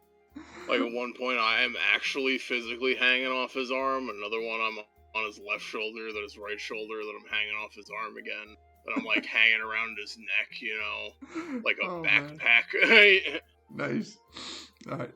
Each time a creature targets you with an attack during the spell's duration, roll a d20 to determine whether the attack instead hits you or one of your duplicates. If you have 3 duplicates, you must roll 6 or higher to change the attack's target to a duplicate. 2 duplicates, you must roll an 8 or higher. With 1 duplicate, you roll an 11 or higher. The duplicate's AC is 10 plus your dex modifier. If an attack hits a duplicate, the duplicate is destroyed. The duplicate can be destroyed only by an attack that hits it.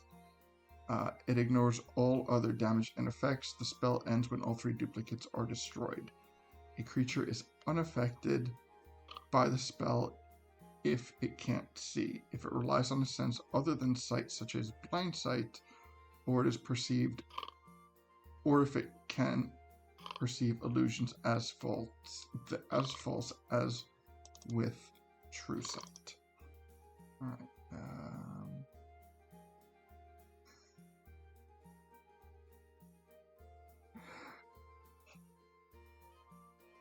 Okay. Heard. All right. Thank you. Okay. So, with that is your action. What else would you like to do? Well, my bonus action was to inspire Leto. Oh, that's right. Okay. All right. I don't actually have anything else I can do. Okay. I want to continue to ride on top of him. Sounds good. All right. So with Hold that, your action to do something. Use it to cast mirror image. That's right. action Sorry. spent, yes. Can I use a free action to like pet Leto? Absolutely. Like he is still a cat. Absolutely. Completely. You pet Leto. Leto accepts it and just gives you a weird eye. Thanks. All right. So, okay, that being said, we move on to Gully. Gully, as you kind of like, as these things start to come out of the ground, you notice that the one coming out of the ground by you appears to be reaching for your feet. What would you like to do? Well, as it's reaching for my feet, I'm just going to go ahead and hand him a sword to the face. All right. So, with that, let me make sure advantage is not on. Okay, there we go. Bow, sword. Careful, Gully. We don't want you having one foot in the grave. All right. I'm pretty sure 28 hits, right? 28 will hit. Yes. So that's 29. All right. And then the Blazing Smite because I still have 3 rounds of it left. 6, 13. Muy caliente. Got it. All right. Holy hell, this thing is already looking worse for the wear. And as a point, I'm going to notice that you're going to notice that the smite, both damages on the smite, do additional damage. It is vulnerable to both radiant and fire damage. Nice. Oh, thank you. Well, buddy, man, this is not your day because you got another swing coming. Oof. Yep. 28 hit. I know the 29 hit. Yep, the 29's going to hit. 29 And- slashing, and then All right. get that smite damage. Yeah, that'll take it out. Absolutely. Perfect. All right. So the rest of my movement that I haven't made, I will head over to the other one and pop him. Hopefully I hit. Yep. You what? And then some smite damage coming this way.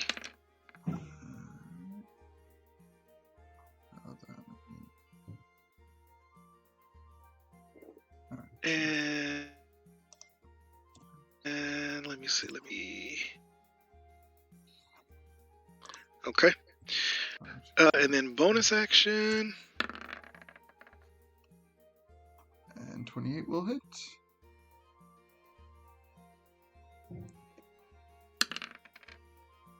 And it's going to get 9.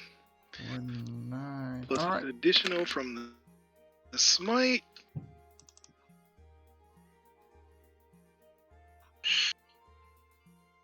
And that's all I got. All right.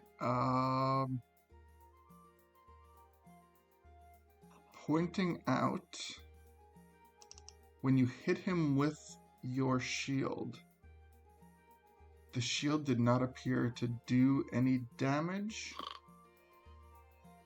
but the follow-up smite that hit it did.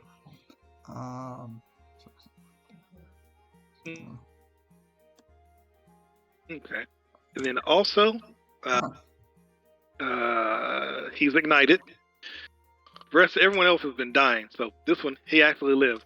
So at the start of each of its turn, it's going to take 1d6 fire and 1d6 radiant, unless it takes an action to douse the fire.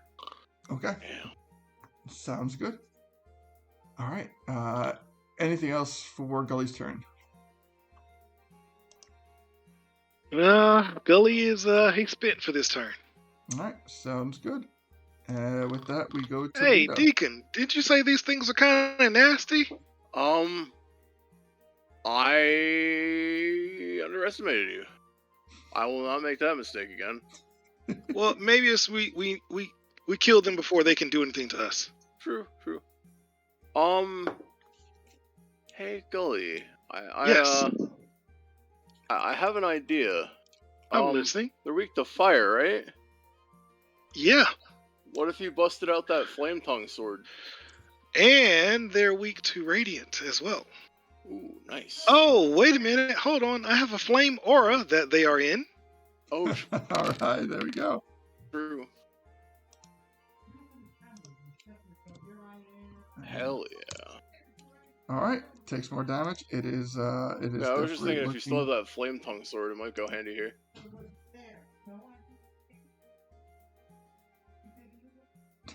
All right. I'm sorry. What was that, Deacon? I don't know if it averages out or not. What was that? I mean, it would kind of be beneficial, but overall, I think this still puts out more damage. This sword. Oh, the Puts flame out more tongue damage versus than the. But I mean, having the 2d6 double. Oh, it's Yeah, only this still puts 2d6? out more. I Yeah. thought it was like 4. No, it's only 2d6. Sorry. Then I didn't realize. All right, sounds good. All right, so Lito, you are up. What would you like to do? I'm going to Deacon, I think they're coming from behind. Probably not a great idea to stay where we are, so I'm gonna move us forward a little bit, Okay. just up to the edge of like the dirt, and seeing that little guy, I'm just going to this is how I'm gonna cast it. I'm going to flick a produce flame at it on my sickle. Does a 16 hit? A 16 does hit.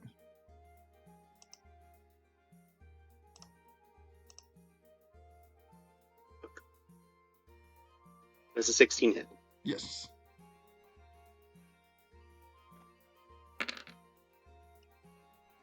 So Yeah, 23 points of fire damage go flying at it. Damn. that'll be enough to do it. And I will finish the movement. Nope. Actually stay where I am because it's still on normal land, not in the dirt, and I can't go across the dirt because I don't have enough movement. But I will just be like, there's some coming from behind us, just be warned. And that'll be my turn. All right, and with that, we will go to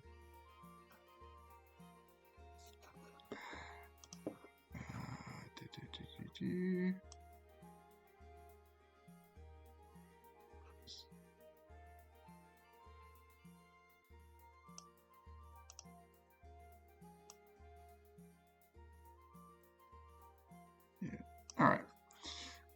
So another eye appears.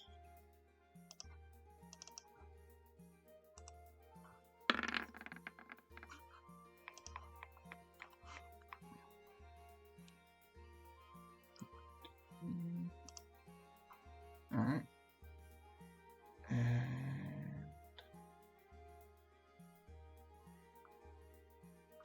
Okay, yeah. So, all right. I need Deacon to make a con save at advantage. Okay. All right, anybody else? Deacon? Yeah, just Deacon.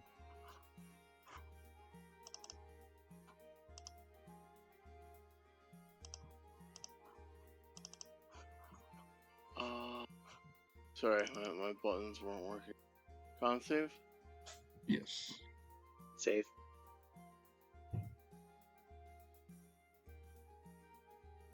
At 16. advantage, though. Oh, right, sorry. Thank you. 16. Let me check. I think.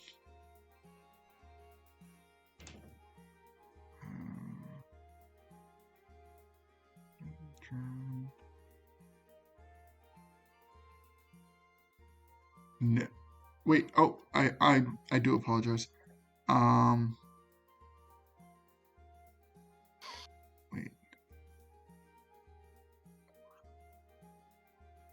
Oh, 20 feet. There it is. Con save. Okay, yeah. All right, you make the con save. You are good. All right. So you again hear this kind of like shrieking in your head, unlike the Redead shriek, completely different shriek. But you are able to shake it off and feel no effects from it. Alright. And then, so that's the eye. And now we're going to go to these guys.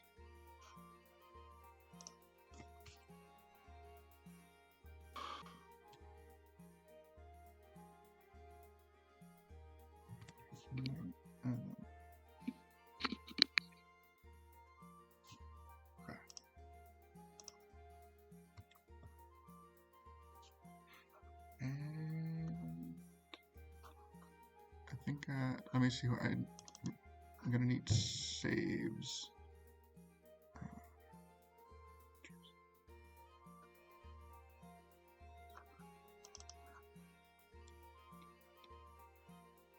Okay.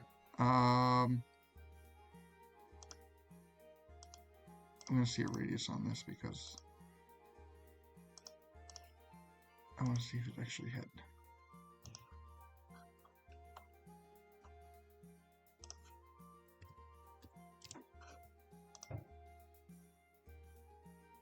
Yeah, everybody. Okay. Everybody give me a wisdom saving throw. And those who got the +4, be sure to add the +4 to it.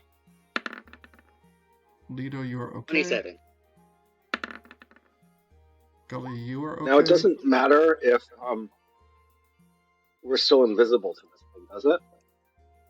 Line of sight is not affected on this ability.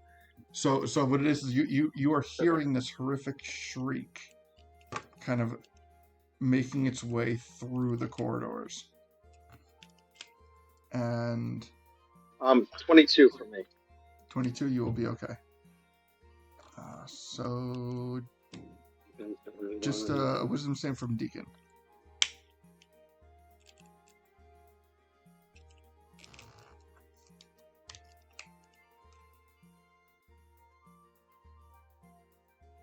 Deacon? Sorry. Oh. I'm having a bit of a hard time. I apologize. No, you're okay. Okay. Where were we? I'm sorry. Wisdom save. Thank you. I'm really sorry, guys. No, you're good. No, you good, dude. No worries.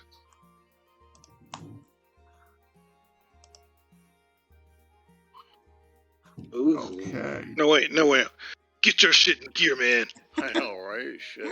Okay, so Deacon, as this shriek kind of like cuts through to you, you are frightened and paralyzed. This is the part where we realize that Deacon is still pretty young and very scared. the memories of Kakariko Village come rushing back to you, and you completely... Literally, bro, like PTSD. Yeah, we're gonna make the Gerudo PTSD look like a fucking joke. Like, I think we just entered Dekun's like flashbacks. Or it's like, bad things are about to happen to somebody. Possibly him. Possibly everyone around him. We just don't know. Alright, and so both of these Redead are going to utilize their bonus action. Oh. No. No, here's the question. He's on my shoulder. How are they gonna grab him on my shoulder? Just yank him off. No big deal. Yeah. I'm gonna make him think of a way that, it couldn't happen. They're gonna use their hands. That's how they're gonna do it. But he's so high in the air! Isn't it more exciting if they're like yanking him off your shoulders?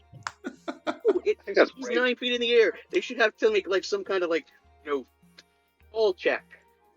It's great storytelling. Yeah. I think Puck deserves inspiration for this movie. Fine. Alright, let's Trying to see. save Jiku. I appreciate the thought. The Redead has advantage on... okay, so it is going to attempt... The one that can reach you is going to attempt to bite you. I believe it has advantage, right? Because, Yeah, when they're paralyzed. Yeah. Okay. So does a 20 hit? Wait. Yeah, it does. Alright. So that's 14 points of piercing damage. It has grappled you. So whereas you are perched upon Lido, it has now actively grappled you and grabbed you. Until the grapple and the target is restrained, and the Redead cannot bite another target. So, So in this type of situation, if Lido were to move, in just a normal movement situation, you would stay in that position, being grappled. Okay. Also, I will say, because it's attacking my temp HP, it's affected by my armor of Agathis, making it take 25 cold damage. Oh, nice. Very freaking. How's it do with cold damage? Take that, punk. It does. How many points? Actually, technically speaking, you have. Wait, no, you have to deal with my fucking our armor. No, let's actually go backwards on that, because you have to deal with my mirror image, which is not stopped, just being paralyzed. Actually, So here, let me roll my d20. That's my not d6. necessary. It has true sight. Why not? A true sight. Oh, okay. Oh. All right, fair enough then. Those buggers. That's kind of cool, actually. I like that. Anyway, Anyway, then that thing I said, it takes 25 cold damage. Yeah, I did have to check on that. I was like, oh, but yeah.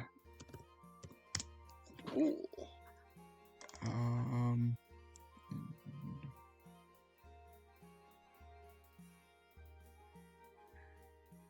Yeah, it's on there. Okay. Fair enough. But yeah, 25 cold damage to you. 25 cold damage. Noted. It is okay, and the other Redead cannot reach, so its turn fizzles.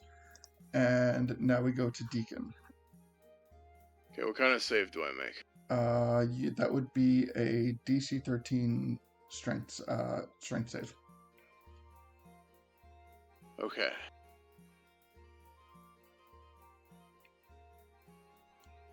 But you're paralyzed, so you would fail it automatically. Yeah, I meant for the paralysis. Like, what kind of save am I making to like make it end? It's a wisdom save. Yes. So I was looking at the wrong bit. Okay. All right. Cool. Sorry. Thank you. Well, according to it. 17. Hey, there you go. I just want to make sure it's not a disadvantage thing. I'm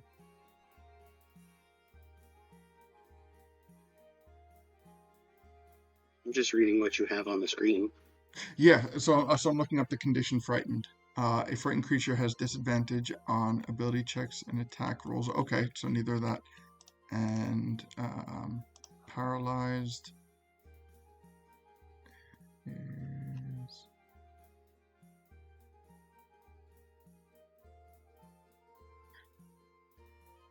creature. Okay, says nothing against disadvantage on saving throws, so absolutely.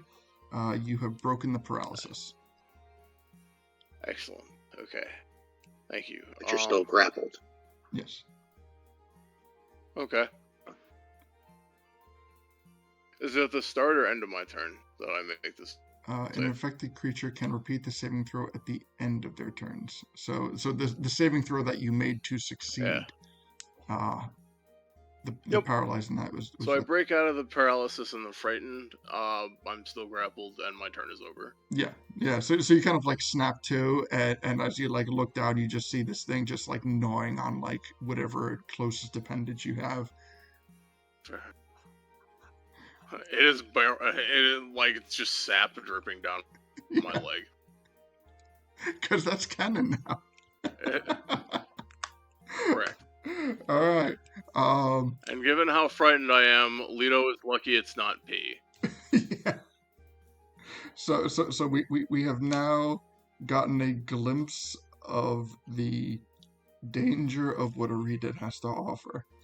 I warned you about Redead. Yeah. I told you, dog. So, Puck, is the Redead then there, or is it still where it was? That Redead is still now, like in there. Yeah. Okay. Yeah, that's where they ended up with when their movement ran out. Okay, so now we go to Stuffin. Stuffin, you are still perched atop the tree. The two Redeads that are in the room have been defeated, and you can still hear the pulsating of a heart-like sound emanating from the trunk of the tree.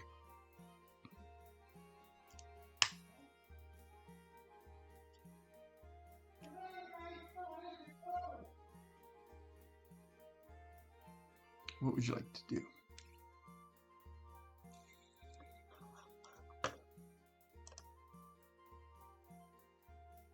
Stefan, you are muted if you're trying to talk.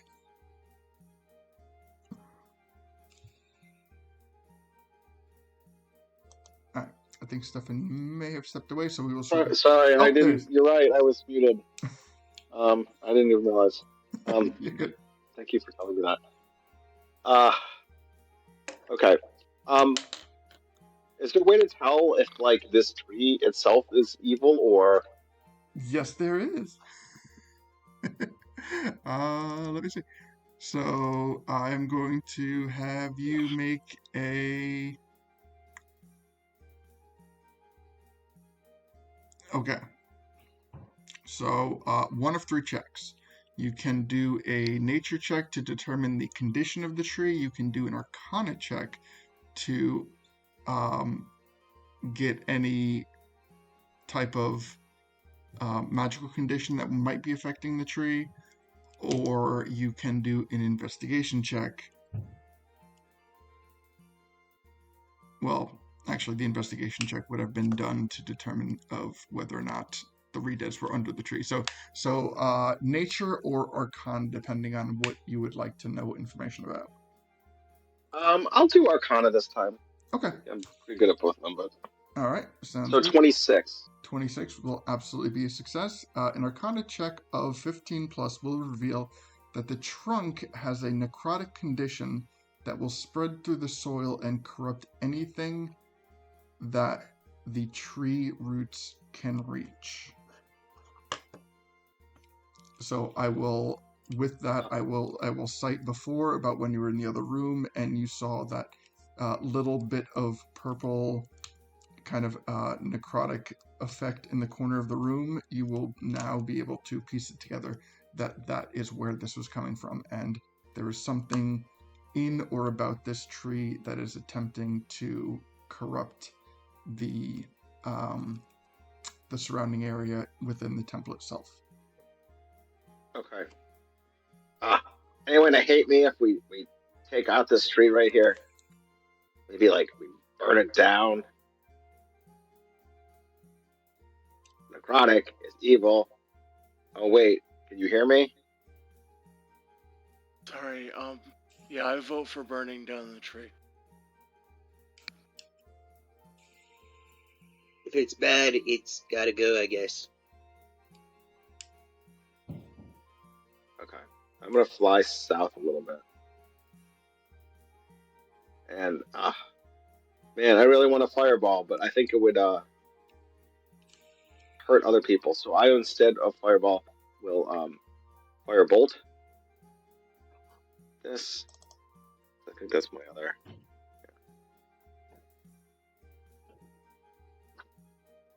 So I'm gonna blast it with fire. That would be like a 27. A 27 would hit.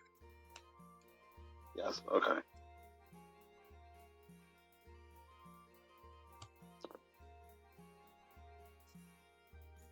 That's 20 points of fire damage. All right. So you hear so this you send this firebolt into the tree, dealing. We say 27. 20. 20. I'm sorry. 20 points of damage, and there's a lot of ambient noise going on now. There's still a couple of redeads. There's still the beating of the heart. There's the coming from the tree. There's but you can make out a voice asking you to stop. Whose voice is it? That voice. Is it Rico?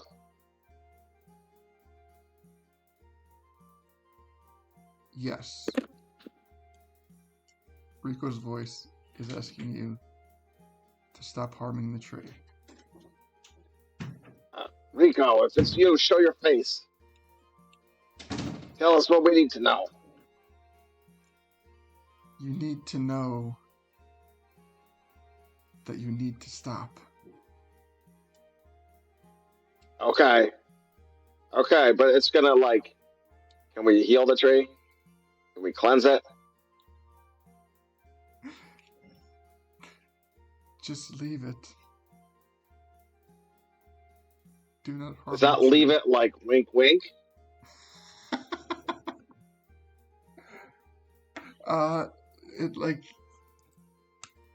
It no, I don't know what this wink wink is, but it hurts. Hey guys, Rico doesn't want us to burn the tree, but like the tree's creating like mess. But maybe we need the tree to be healed for the temple to like get back to working order or something. It's a forest Maybe temple. we just get away from the tree. Yeah, it's a forest temple. This is the only tree we've seen in here, except Deacon. So maybe we could burn the tree and plant Deacon instead. So That grass, I Let's don't think not- that's how that works. Let's not do that. that Okay. dirt doesn't look tasty. Right? So maybe we just go away. We move south. Get away from the tree. I think that's my a turn. better option. Yep. all right. So as you travel away from the tree, the sound of the pulsating begins to diminish.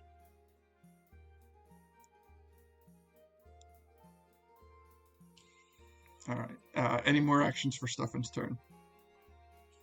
I'm good. Okay. Oh wait, we got Stefan in Tapu Gully. You know what? Hold on. I'm gonna bump Gully to 21.17 so it stops mixing it up. But okay. All right. So there we go. Fix that. All right. So now Gully.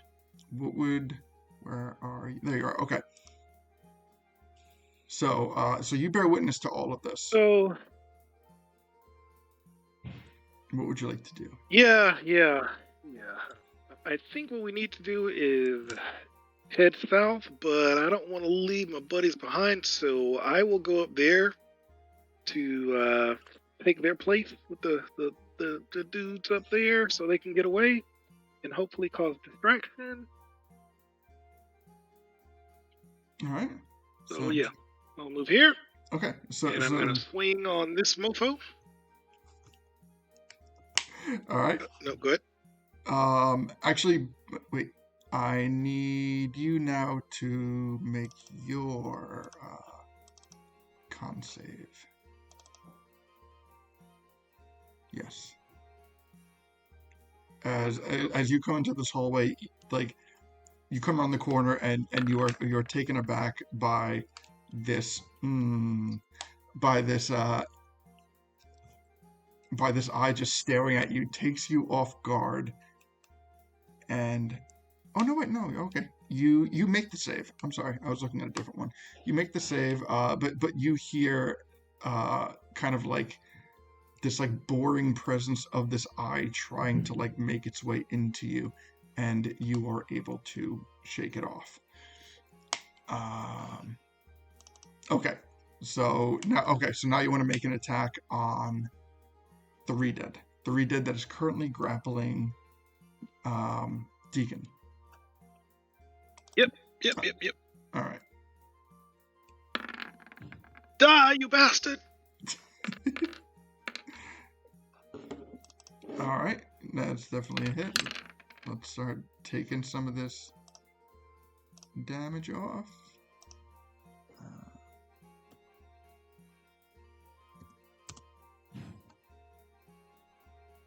Got it. And 38 points of damage. On any extra additional multiplication. got it. Okay. First hit. It's not looking that great. All right. It's still got a little bit of undead left in it.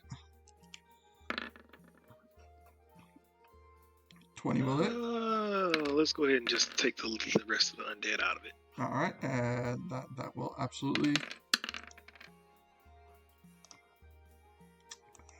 Where are you? And all right, so that is gone, dead and gone. We got one Redead left. 44. Alright. Slide forward. Swing on this one. 20 hit the other one, so I assume a 23 hits this one. Mm-hmm. Yep. That is 47. got it. All right. 16 fire and then it. Still not looking Alright, okay, that but thing's still still there. kicking. Still kicking. Alright. Pop him with a shield. All right. 27 will hit.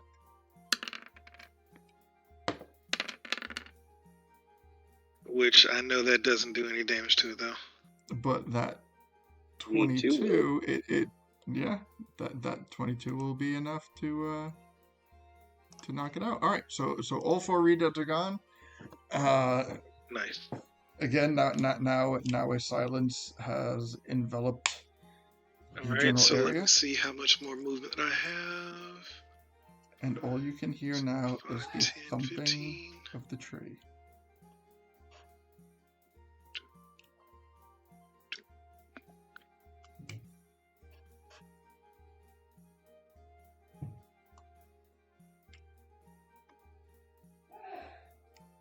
Guessing the thumping is what's calling them to the tree.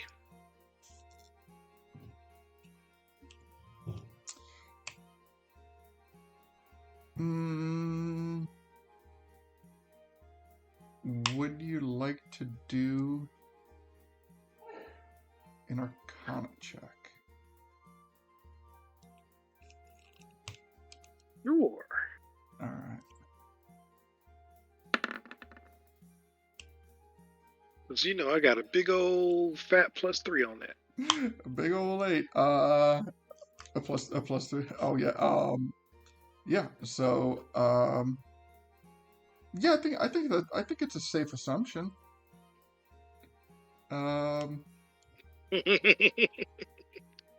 But I will also state that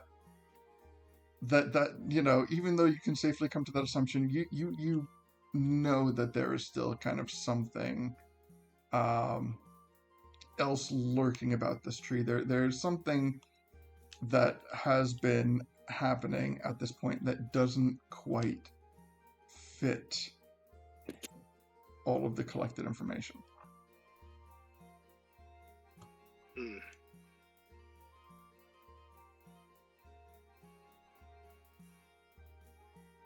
Oh, and I should have had Leto make that save on the eye. I forgot that he was beneath Deacon, but we'll see how that goes. Do it right now if you want. No, it's honestly like I'll just we'll call it a freebie for now. that is my forgetting, Okay. so I own it. But yes, okay. So I'm not sure if you have anything else that I can divulge, but I will say that with an 8, you are able to discern that all of the information that has been collected thus far about this tree, it is not all of the information. There is still something that is not quite right.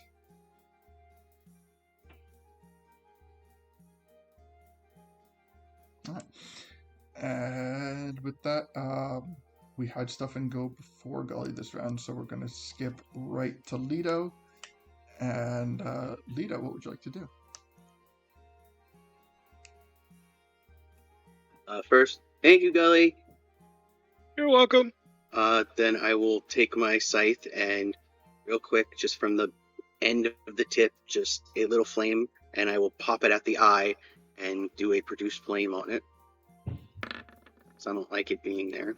17 will 17 to hit? Yep. I like that.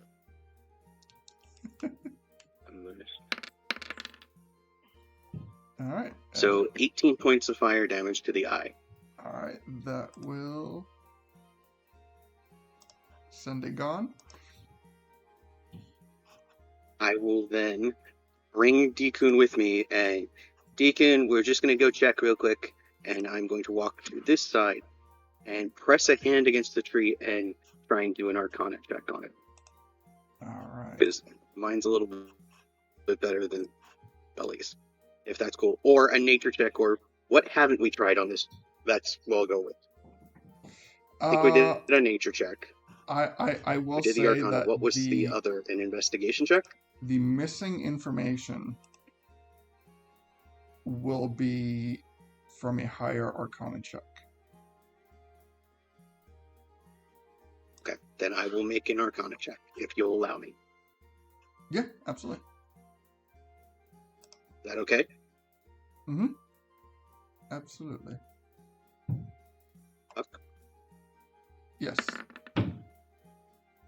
Okay. 19. All right. So I'll. Hey, I don't know if you want to use it on this, but you do have an inspiration. Sorry, I got my know. move backward. Okay. Good. All right.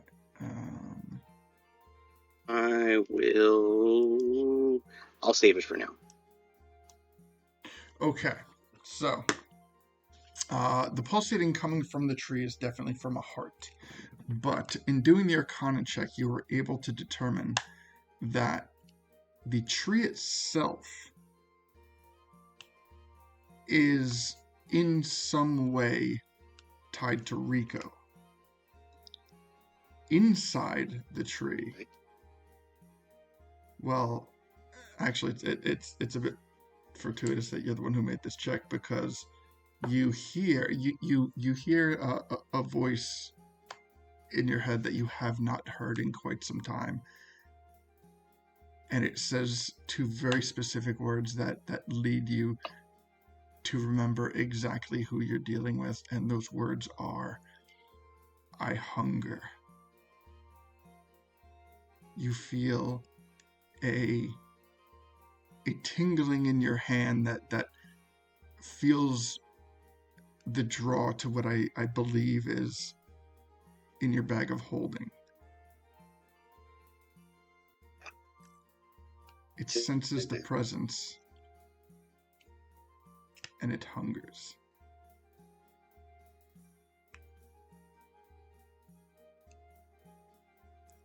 The tree itself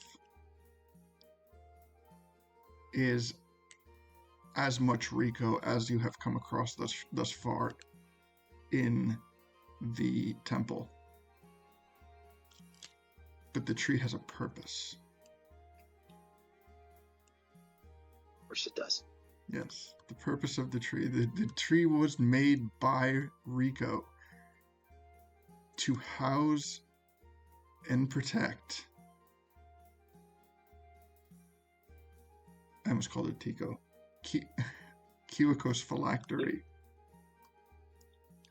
Inside that tree is Saria's heart, which is Kiwako's phylactery.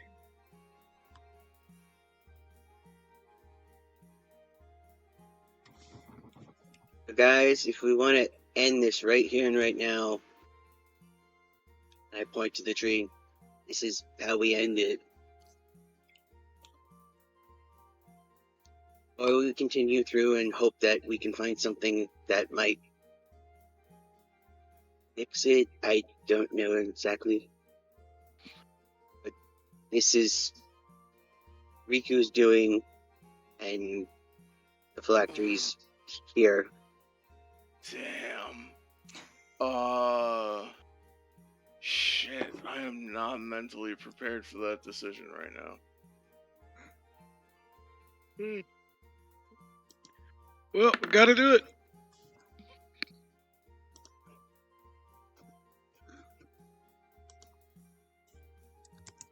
But if we take it down and it doesn't stop the rest of this place, it just feels weird that it was so easy to find.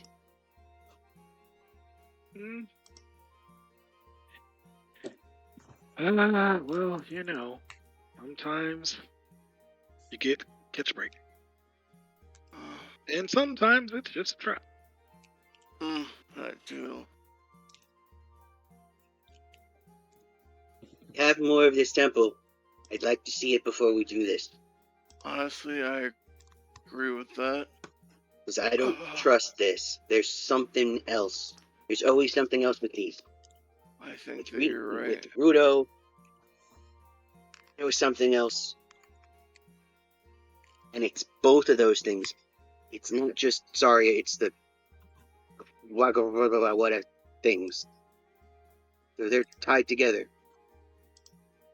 Which means they're not the same being. Oh, true. Yeah. Which means they can be separated, theoretically. Yes. And Gully, I know you're really strong and everything, but I don't think you can carry a tree all the way back to the water temple. No, this tree's only 15 feet tall. No big deal. You also have to get it through passages that aren't that big. And we can just teleport. Problem solved. True. Yeah, if you want to uproot it, we can try. Just make sure there are no bananas so I don't accidentally kill you. Sorry, good callback. Oh, gosh. Yeah, I still recommend going through the rest of the temple to see, but we know exactly where this is now. I also vote come back to this later. 'Cause Okay. what if this is just like a phylactery red herring? And you kill this one, and the real one is like, oh, I'm still alive, I'm not going to tell anybody. Plus, it kills Saria, so. Yeah. Leader, you are beyond And the if it kills shadow Sorry, of a maybe the doubt. other thing. You know that this is a phylactery. What? You are being I don't told. want to. I'm still wanting to check. I'm still wanting to check. I know I'm being told. I still want to check. It hungers, Lido. Yes, it's in a bag in another dimension. I don't want to hear it. So, yeah. Actually, that's my question. Can't we just stab it with, like, a rapier and it'll be fine this time? I mean, heart's not exactly a strong thing. It's one thing for it to be like a gemstone that's made out of rock. Well, With for that, 10 billion pounds of pressure. Let's This is just meat. check the rest of the temple first before we That's do fair. anything. I mean, fair, yeah. I mean, for that matter, in could Ocarina it would stuff not be in- difficult to destroy either. No. Well, it's obsidian, so it kind of would. Obsidian is glass. It's easy to break. Yeah, Oh. actually That's quite actually easy. Oh. It doesn't matter. We're not destroying it right now. We're going through the rest Sorry, of the temple. I'm being like because- Minecraft logic. Where it's like obsidian Yes, is like the it's second very best difficult. slot. Yeah. Anyway, sorry. So it is not the This is not material. that place called Minecraft on that other continent of who knows where. Sorry. I will subsidize. So You have those visions all the time about, being with this guy and, having a pickaxe, and then you go to the nether, and then there's a dragon. Well, there's no nether here.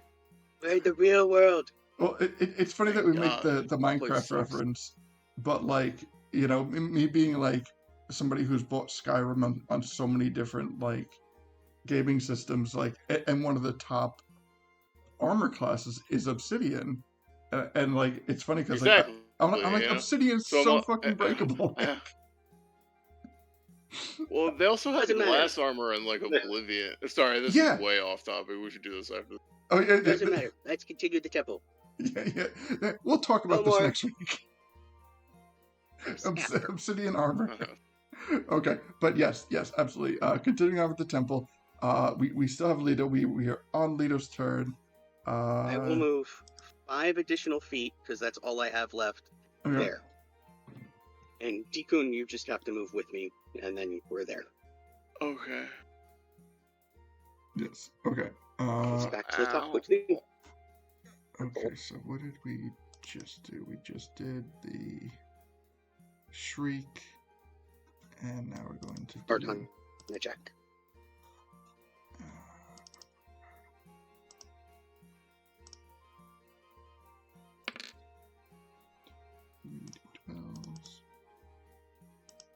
Cinco, you have to know, when it comes, it's me, somehow, because I'm not very smart, but it comes to me, and when it comes to Bruin, it's all you, buddy. True. Where? Okay, there it is. There. I'm just here for moral support. Sounds about right. Quite literally, in fact. That's in fact the inspiration that I operate with. It's And Stuffin's here because he has ideas to stuff stuff in your ears. I'd laugh if I could hear that, but I can't. Yes. By the way, are we still speaking telepathically? yes. You might want to tell him to take the stuff out of his ears. Yes. The readers have subsided, and it is safe to hear again. However, you do hear once again, somewhere in the temple, more moblins have risen. It's getting up there, not gonna lie. But that being said, top of the order with Deacon. How you doing? What can I do for you? Where would you like to go? Man, this is a bit of a tough one. I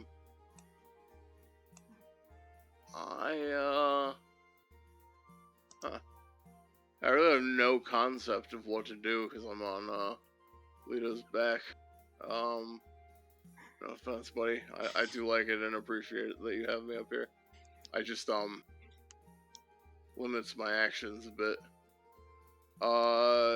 Hey, do you mind if I jump off your shoulders real quick, look down the hallway, and then can you pick me up and put me back on them when it's your turn? Yeah.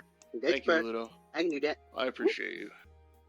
Okay, I'm gonna take a look down here and realize, okay, it's just hallways.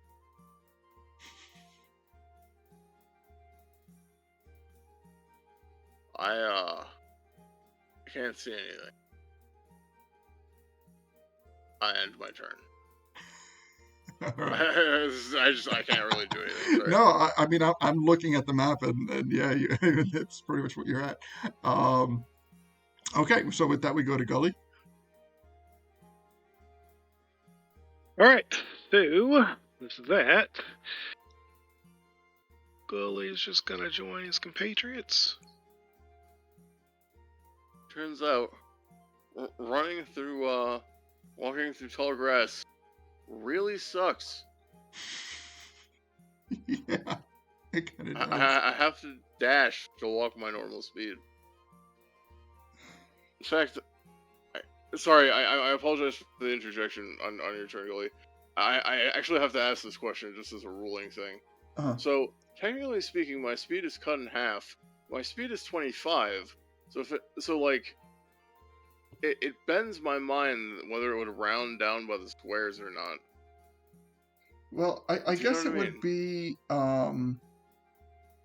so with a speed of 25 you could move 2 spaces, but if you were to dash and bring it up to 50, then you would be able to move 5 spaces. Okay, yeah, that makes sense. Okay, thank you. That's what I thought, but so yeah, I just wanted to make sure we were on the same page. So yeah, I move even slower than I thought I did. Yeah, I'm not getting off anybody's shoulders again after this. I am going to sit there and be a mounted turtle. I'm really sorry, Gully. I apologize for talking over you. I'll shut up now. You're good. No, I wasn't doing anything else. You're good. Thank you. I appreciate it. Sorry. Okay, so Gully, what would you like to do? I moved, and that is all I think I can do at the moment. All right, sounds good. Then we go to Stuffin. So Stuffin wants to just take another look at this tree. Oh, I could have dashed, but Just to confirm. Oh, wait, go for it, Gully. Yeah. Nah, I get too far away, so nah, I won't dash. I just wanted to confirm that it does look like a phylactery to me too. So what it is the as of right now, the heart itself, the heart that you hear thumping, is within the tree. But what's happening is Leto is in possession of an item that has the Doesn't know ability... that. Doesn't know that. Okay. Never taken it out around him yet. Fair. Okay. So, yeah. Okay. So then I will just leave it as Leto has an ability that has like that information has presented. That's why it was presented to him. Okay. But yeah, the heart So- itself is not yet. Had the tree taken more damage, the heart would become visible, but it is not currently visible. Okay. So it seems plausible to me, but I'm not like convinced. I'm not clear to me like how Leto knows exactly and so confidently that this is actually a phylactery. Yes. But it seems plausible that it would be. Okay. That's fine. And then I'm going to go south. I'll go down all the way down here. So I can fly. You can fly, you can fly, you can fly, you can fly. I don't know why everyone's complaining about trudging through grass and how slow it is. This is great. Just grow some wings or something. We can go east and then back north, or we could go west and then it looks like north. Also, I'll trust you guys. And I think that's, unless there's anything down here of note, that's it.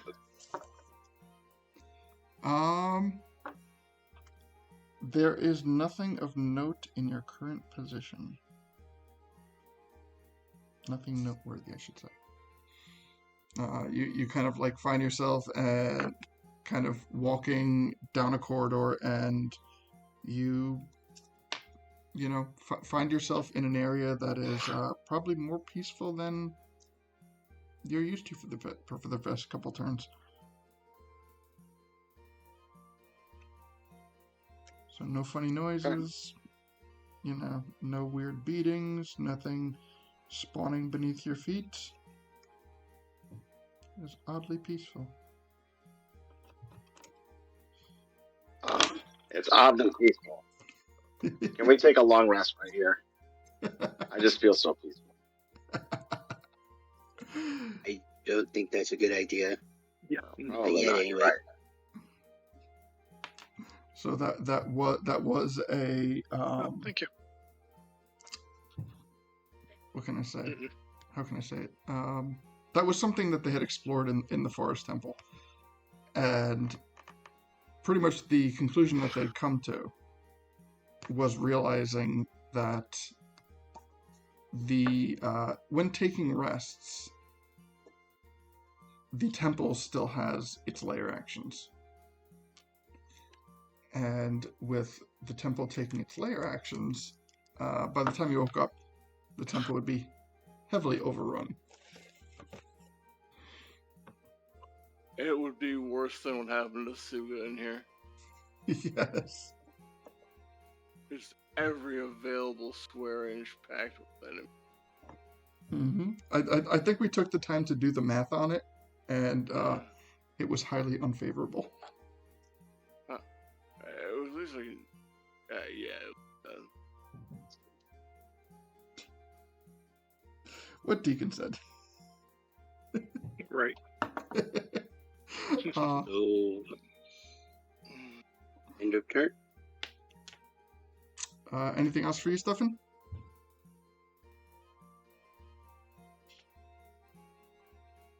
All right. All right. So with that, we go to Leto to round out the round.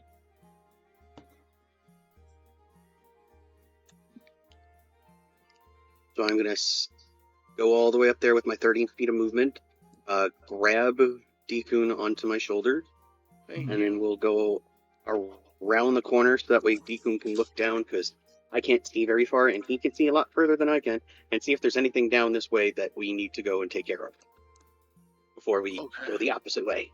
I do have dark vision and stuff like that, Yes. so I should be able to see pretty well if there is it. All right. I can go further if you need. I think you need to go further, because all I see is hallway. Okay. There's like a room to the right at the end of the hallway. That's as far as I can go. Okay, let me see if I okay, I basically just see like corridor where it goes kind of indicate that it goes like this.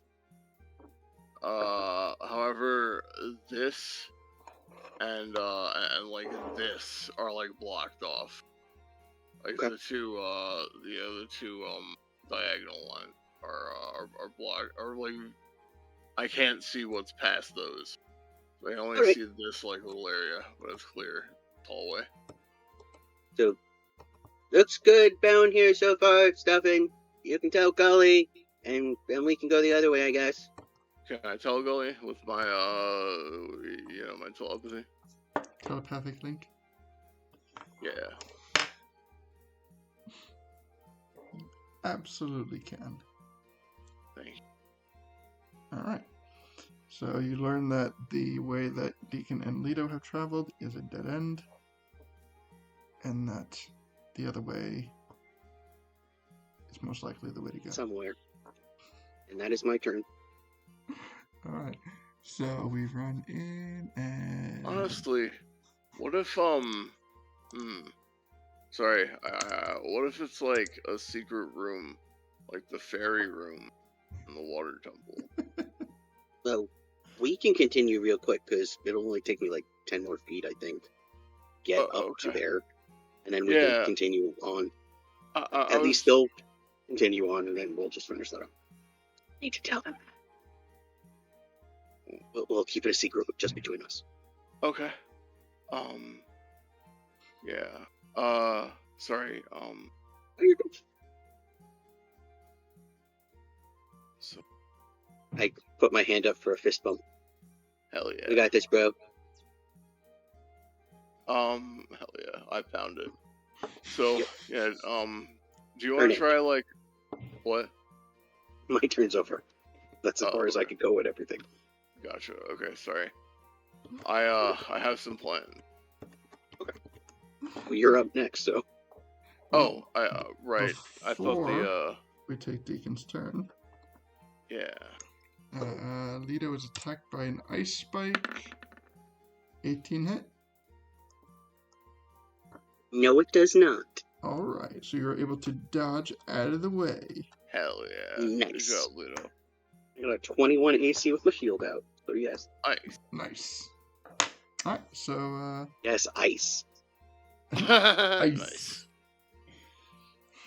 Alright, so, Deacon, you are up. Okay. So. Welcome to Falstaff's Guide to Humans, where I explore the strange world of humans. Humans. Good old. That was Before we begin, here are some words you should know. Cheeseburger. Chicken burger. Let's see. Guys heard that? Yes, Yes. very clearly, in fact. What about now? No. Yeah. Yes. So either the mic on my headphones or the headset on my computer is not doing what it's supposed to do. Cool. Now I know. Thank you. Sure. Glad it wasn't anything more incriminating than that. Sorry, just teasing you. Okay, let's see.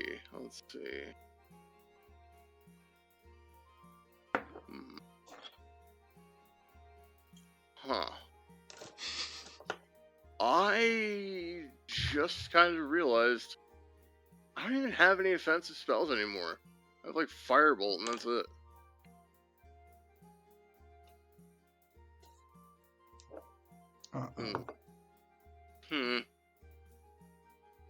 Hey, Lito. You still have that wand of fireballs that I gave you?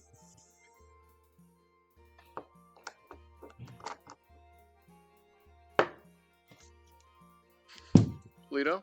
Is Leto muted? Mush? Lito? We lost Leto. Oh no. Okay. There we go. Sorry about that. No worries, man. Welcome back. It's attunement, so you wouldn't be able to use it anyway. Oh, well. To be honest, I was just gonna say you might as well use it. I mean, I know that's kind of, I don't know. I was just gonna say, since it is attunement, like, you just launch a fireball down the hallway, I guess. I could. Would but you be able? You're talking about a very big blast in a very small room. And remember, fireballs goes around corners. That's true. We'd have to, like, finagle this angle very carefully. That's not really built for us to do that from a minimum safe distance. Okay, Yeah. sorry, yeah, I see what you're talking about. good. Here, let me think about this a little bit, if you guys don't mind. You shoot an arrow down the hallway? Yeah, I was thinking about that. Yeah, I could do that. I think I have some fire arrows. Let me check. Give me 1 sec to consult my inventory, if that's okay. Unless Puck's willing to let us do like a combination where I can just reduce flame a little bit on the tip of your arrow and you just fire it. That'd be fucking awesome. Go for it. Hell yeah. Thanks, Puck. Rule of cool. Dude, this is just like that combo attack when we took out Reggie, bro. It's fucking lit. Okay, okay. Bro, can this be like a special attack that we have? Like Molotov arrows? Like, I have a bottle of alcohol. Can I, like, take one of my arrows and just, like, wrap it in, with like, alcohol, like, Everclear soaked rag, have him produce flame on it, and just, like, shoot it through the fire? Like, it's, so that, like, it's a giant flaming arrow. It's gonna, like... Does that make sense? Yes, like it. but I would say the conditions on that would be, one, you have to have neighboring initiatives. Ah, I see. So Okay. if we wait until my next turn. And two, it would be of a situation like I mean, moving forward, because we're not in combat right now. But but like thinking about it as like a combat mechanic. One, you would have to have a neighboring initiative, and two, it would count as both of your actions. Okay. Oh, that would be cool. Yeah, I'm okay with that, to be honest with you. Yeah. But for now.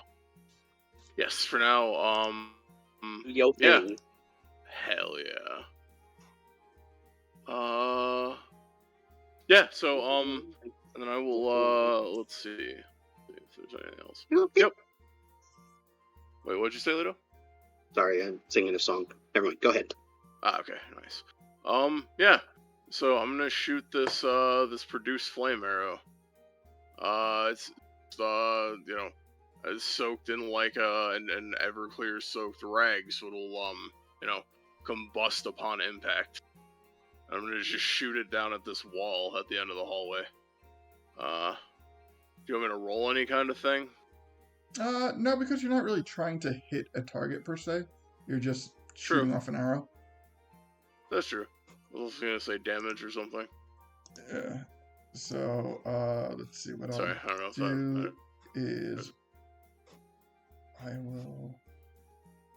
You know what I'll do? Do I have a?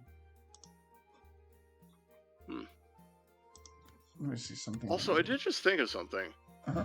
The fact that fireball wraps around corners might actually be to our benefit. Because if we just stand like right here and we fire the fireball right here, we're safe out of the way because it's a 20-foot radius. But it'll cover everything that's in this hallway and then some around here, and we'll still be safe out of the way. If you want to try that, if this arrow doesn't work. The only thing is, from my spatial awareness, Mm-hmm. if I'm correct, that hallway ends. Oh. Which means that's where we just came from. So it's going to come back to us. Understood. Okay, sorry. No problem. It's spatial awareness that I'm like, that looks exactly like where we just came from, that stopping point. Gotcha. If that's there. Okay. No, I appreciate it. I wasn't aware. My spatial awareness is nil. So is this a good target area, or don't we need to move it before I put a radius on it? Can't see it. Oh wait, it might be on the GM layer. It is on the GM layer. I do apologize. Token layer. There we go. Oh. Yeah. I was gonna aim it for like here, like against this wall here. Okay, sounds great. Like, All right. like right there, to the north of it. All right. So right here. Let's say that it emits. Sorry. I guess with that spatial awareness in mind, this is completely pointless. So 15. did not realize that. Sorry about that. So You're good. gotta waste time. No, you're good. Let's see.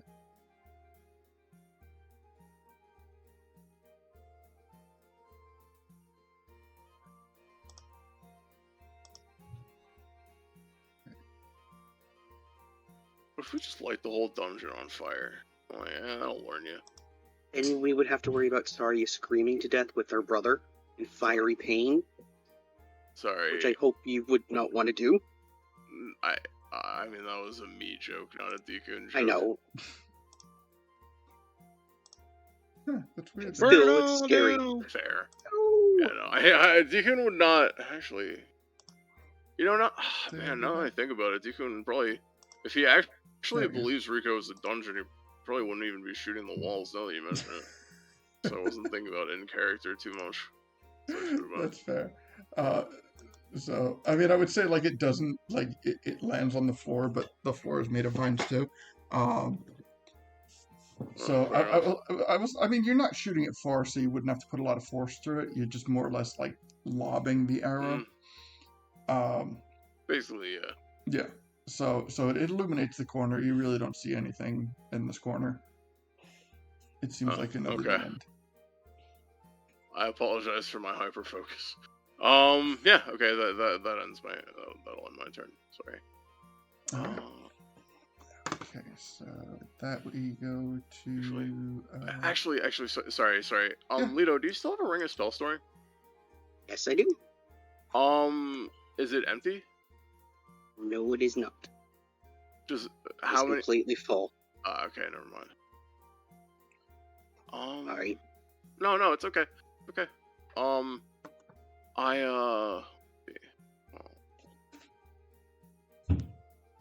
Okay, so this is like this is an interesting question. Sorry, I apologize for taking up so much time with this.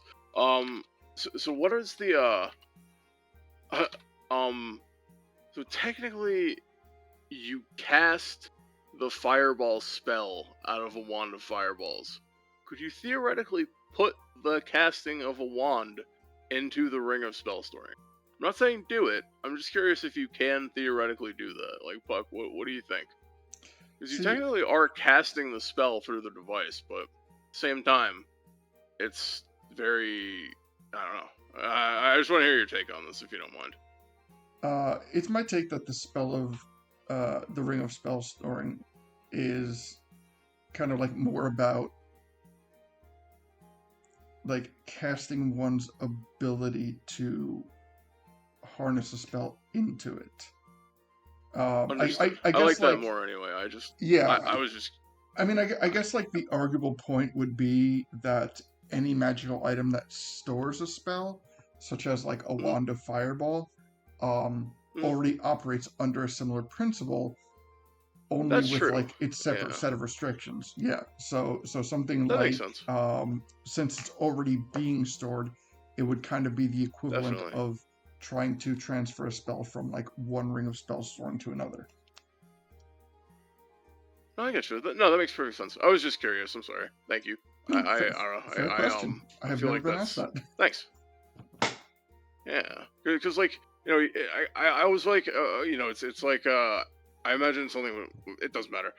I was just gonna say it's like trying to transfer like a cup of water into another cup of water. Sometimes you like lose. It doesn't matter. Yeah. Anyway, it's just not like you lose heat and lose power, and it probably wouldn't work. Like it's just not efficient. So I see what you're talking about. Yeah. Okay. So yeah, I'll end my turn for real. I'm sorry. Okay, all right. So we're gonna bump up to Gully, and okay. So just as like a heads up, we are currently sitting at 9:30. So what we're gonna do is we're gonna run through this round of initiative, and then we'll do one more round, and we'll cut it there. And quite honestly, like, as a bit of like leaking information, given your guys' current situation, or your current location more so, it is highly unlikely that in this round and a half that we are going to run into anything. So, I urge that you put, like, basically what we're going to be doing for this next round and a half is setting up where we're going to be getting into. Because outside of the tree, there really is not much in the area that you're in. So my recommendation is to put the focus on travel for your next 1 or 2 turns. All right, that being, or return to the tree and do something there. But there's not much else around you. There are multiple paths you can take, but nothing of significance is reachable from where you are. So, that being said, Gully, you are up. All right, so telepathically, you want me to come that way, or you want me to go the other direction? Other direction is fine. This is just a genuine dead end. Okay, fair enough then.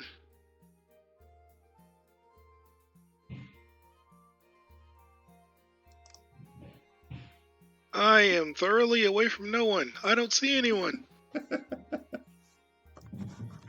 All right. And that's my turn. Sounds good. All right, Stuffin, you are up.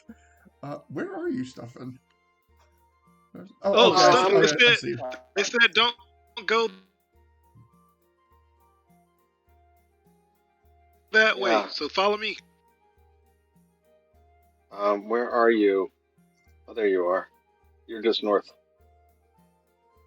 Yeah. Probably faster than you.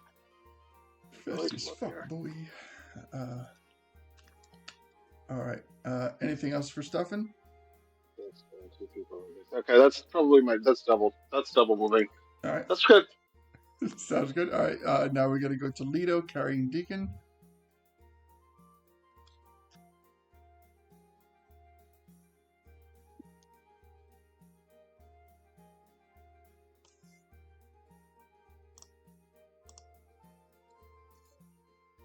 Leto.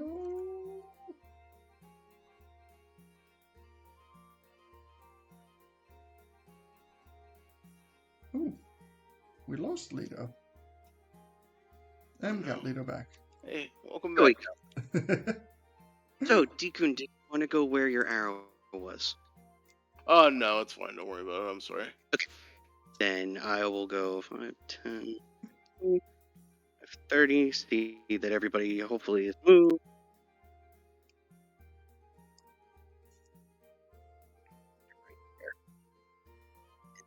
Go back towards the tree because that's where I think everybody's gone. Mm. So, do you just need to come with me? Yep, I will be on your shoulder. No, we're not to the tree, and I spoke to you guys telepathically. Yeah, I the other way, You right? didn't- To the left. I would have. Okay. I would have tried to tell him that. I'm sorry. He said Okay. go the other way. I would have told you that. I'm really sorry. But yeah, I wasn't thinking. Okay, so we'll go there instead. Yeah. All right. Sounds good. You're getting closer. Stay away from the tree. Okay. All right. Staying away from the tree. Yes, sir. And then let's see. We just had a. What do we have? We had the icicle. The icicle just went. So we're gonna get. Yes. We're gonna grab an eye.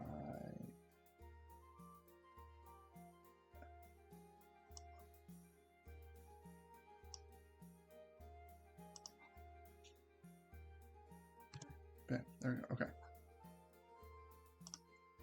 So that, just for shits and giggles, I'm gonna throw an initiative on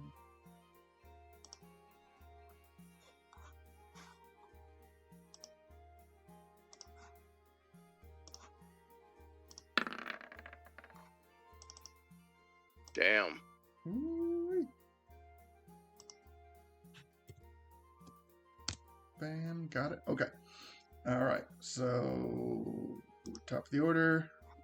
We got Deacon.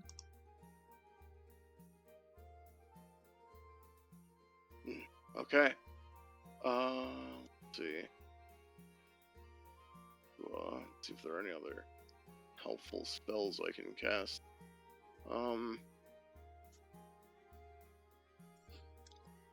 Nobody has haste. I know, right?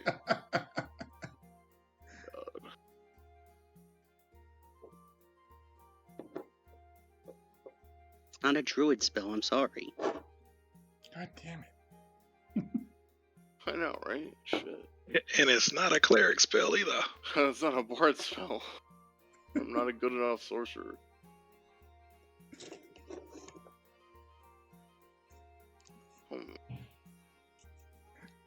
Maybe that can be some Yeah, part of the sage ability for this place.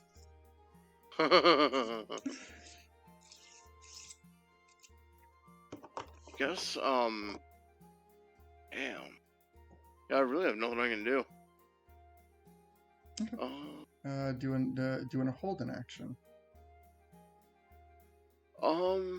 That's true. If I see the eye pop up, I want to shoot it. Okay. With my crossbow. Sounds good. All right. So held an action, held a crossbow action for the eye hurt. All right. Next, we're gonna move to Gully. Alrighty, well, we're gonna continue this direction.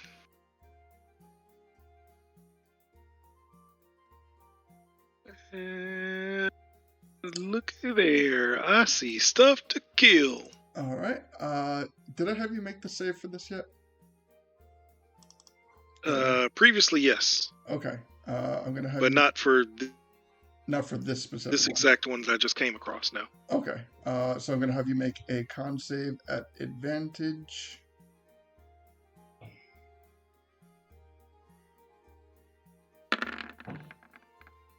All right. You are safe. Alrighty.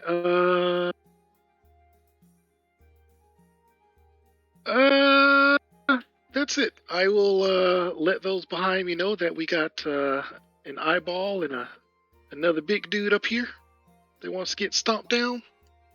Yep. I'm going to add him to thing.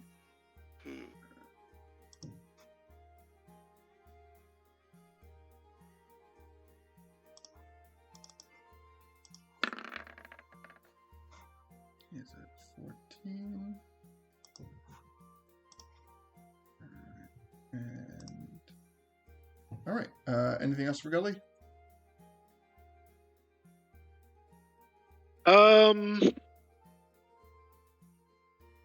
No, that's it.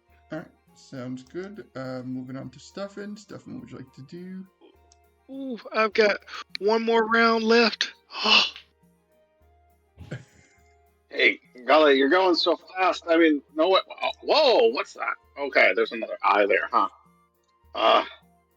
Yeah, and there's another big moblin. Can you see it? Oh, yeah. I can see it. Okay. I don't know where everyone else is. They're not catching up. They're coming. Might just be you and me. They're coming. Do I think that Dispel Magic might do anything on this eye?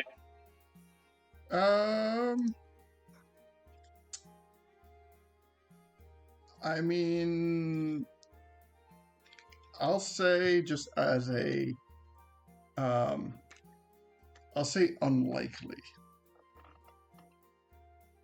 You have no reason, you've been given no reason to believe that Dispel Magic would have an effect. Mm-hmm.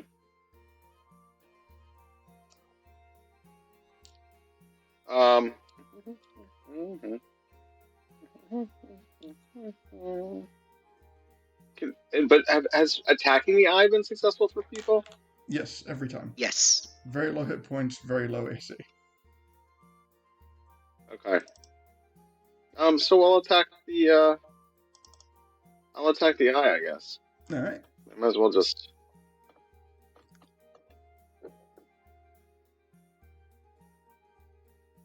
Oh, I can just firebolt it, I guess. We'll see what that does. Alright, sounds good. 17. 17 will hit.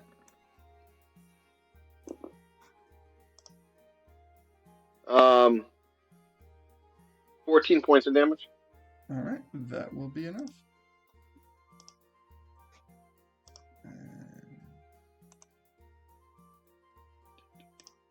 Alright, and the eye is gone. Alright. Okay. I'll move up one more.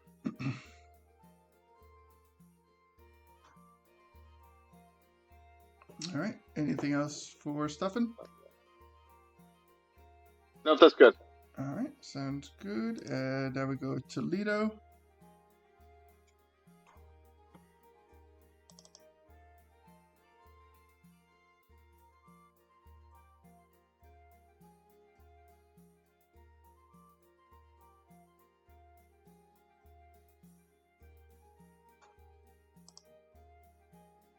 Oh, I will move, use my dash, get up there, and then that'll be everything. Alright, And then Deacon just needs to be moved over to me. Alright, Deacon piggybacking. And getting up, there is no more eye, so held action fizzles, and then we will round out the end of the turn with, I believe, the Moblin.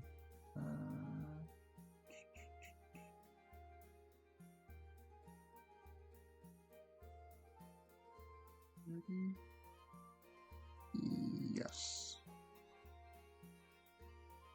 I think. Yep. Okay, so we will end with the Moblin throwing a javelin at Gully. And miss horribly. Absolutely miss horribly. Alright, so let's see. Let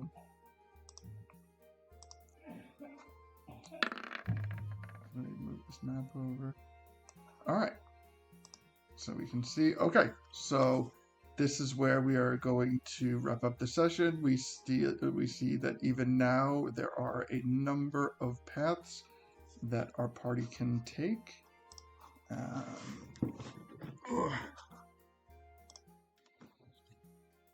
All right, so Yes, I have one use of my blades and smite left from this 10 minutes. Still pretty good. Yeah. Agreed. So we made some good progress. We delved into a good bit of lore. We know that we are now aware of the phylactery. This is the first time that that a phylactery has been found inside a temple. So I believe that there may be more to that story than we have initially come across thus far. So we are starting to, as we are now roughly 50% through, give or take, the temple. We are getting there. We are starting to, the story is starting to unravel.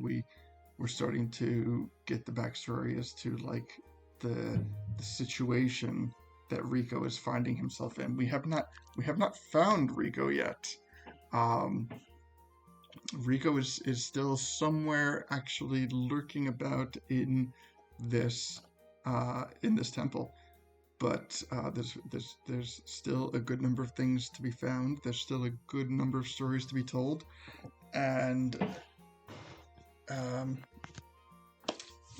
I really hope that you are here for it all. Hey, Puck. Yes. I don't think your voice has been coming through. What do you mean? I've been listening to the stream the whole time. Okay, because I'm not hearing anything from the stream, and that's weird. Oh, I mean, honestly, like, okay, so, yeah. if someone else hears it, that's good. I just don't. Okay. I mean, I'm looking at my audio mixer and my You're GM fine. mic Maybe seems it's on my end. okay. That's why I wanted to double check. Okay. All right. If if we have anybody left in chat, let me see. Yeah. If I sound okay in chat, just let me know. If not, well, there's not much I can do at this point. So I do know from experience, even when we have audio issues, like if my voice isn't coming through, I know that my voice is still being recorded. So when I upload the YouTube video, or when I upload the video onto YouTube, I know that the audio will come through at that point. So I'm okay with that. And my cat is desperately seeking attention now. So so next week we will have our chat session. We will talk about things that we have dealt with inside this temple. We'll talk about other things. We'll revisit possibly things that we touched on prior to our entrance into the temple, and maybe speculate on why things are proving to be different in this temple. I mean, things are different in every temple, but like why things are happening here whereas they wouldn't happen elsewhere. So I want to thank everyone for joining me, for joining us. I wanted to thank Deacon and Gully and Lito and Stefan for being a part of this. It would not be possible without you guys. You guys are amazing and incredible. Pleasure. I like a week, love my week, especially on days like today. Deacon, I hope you recuperate sooner than later. Yes, for sure. Yes. Yeah, sorry about that. I don't mean to. I just got out of the hospital, understand. so I'm in like a lot of pain and shit. Yeah, like honestly, I mean, all kidding aside, like we know that you're being put through it right now, and even more so appreciate that you're here for this. I really appreciate it, guys. I wouldn't miss it for the world. I try to make it to these like rain or shine. Yeah. And we're happy for that. So absolutely. Honestly, I appreciate all you guys supporting me through all this. Seriously, thank you all. Yeah, wouldn't have it any other way. Yep, absolutely. So once again, thank you all. You're all amazing. Appreciate it. Join us next week for a chat session where we'll delve into more things. And until then, be happy, healthy, warm, and safe. So until we see you then, bye. Bye. Bye. Bye. Bye-bye.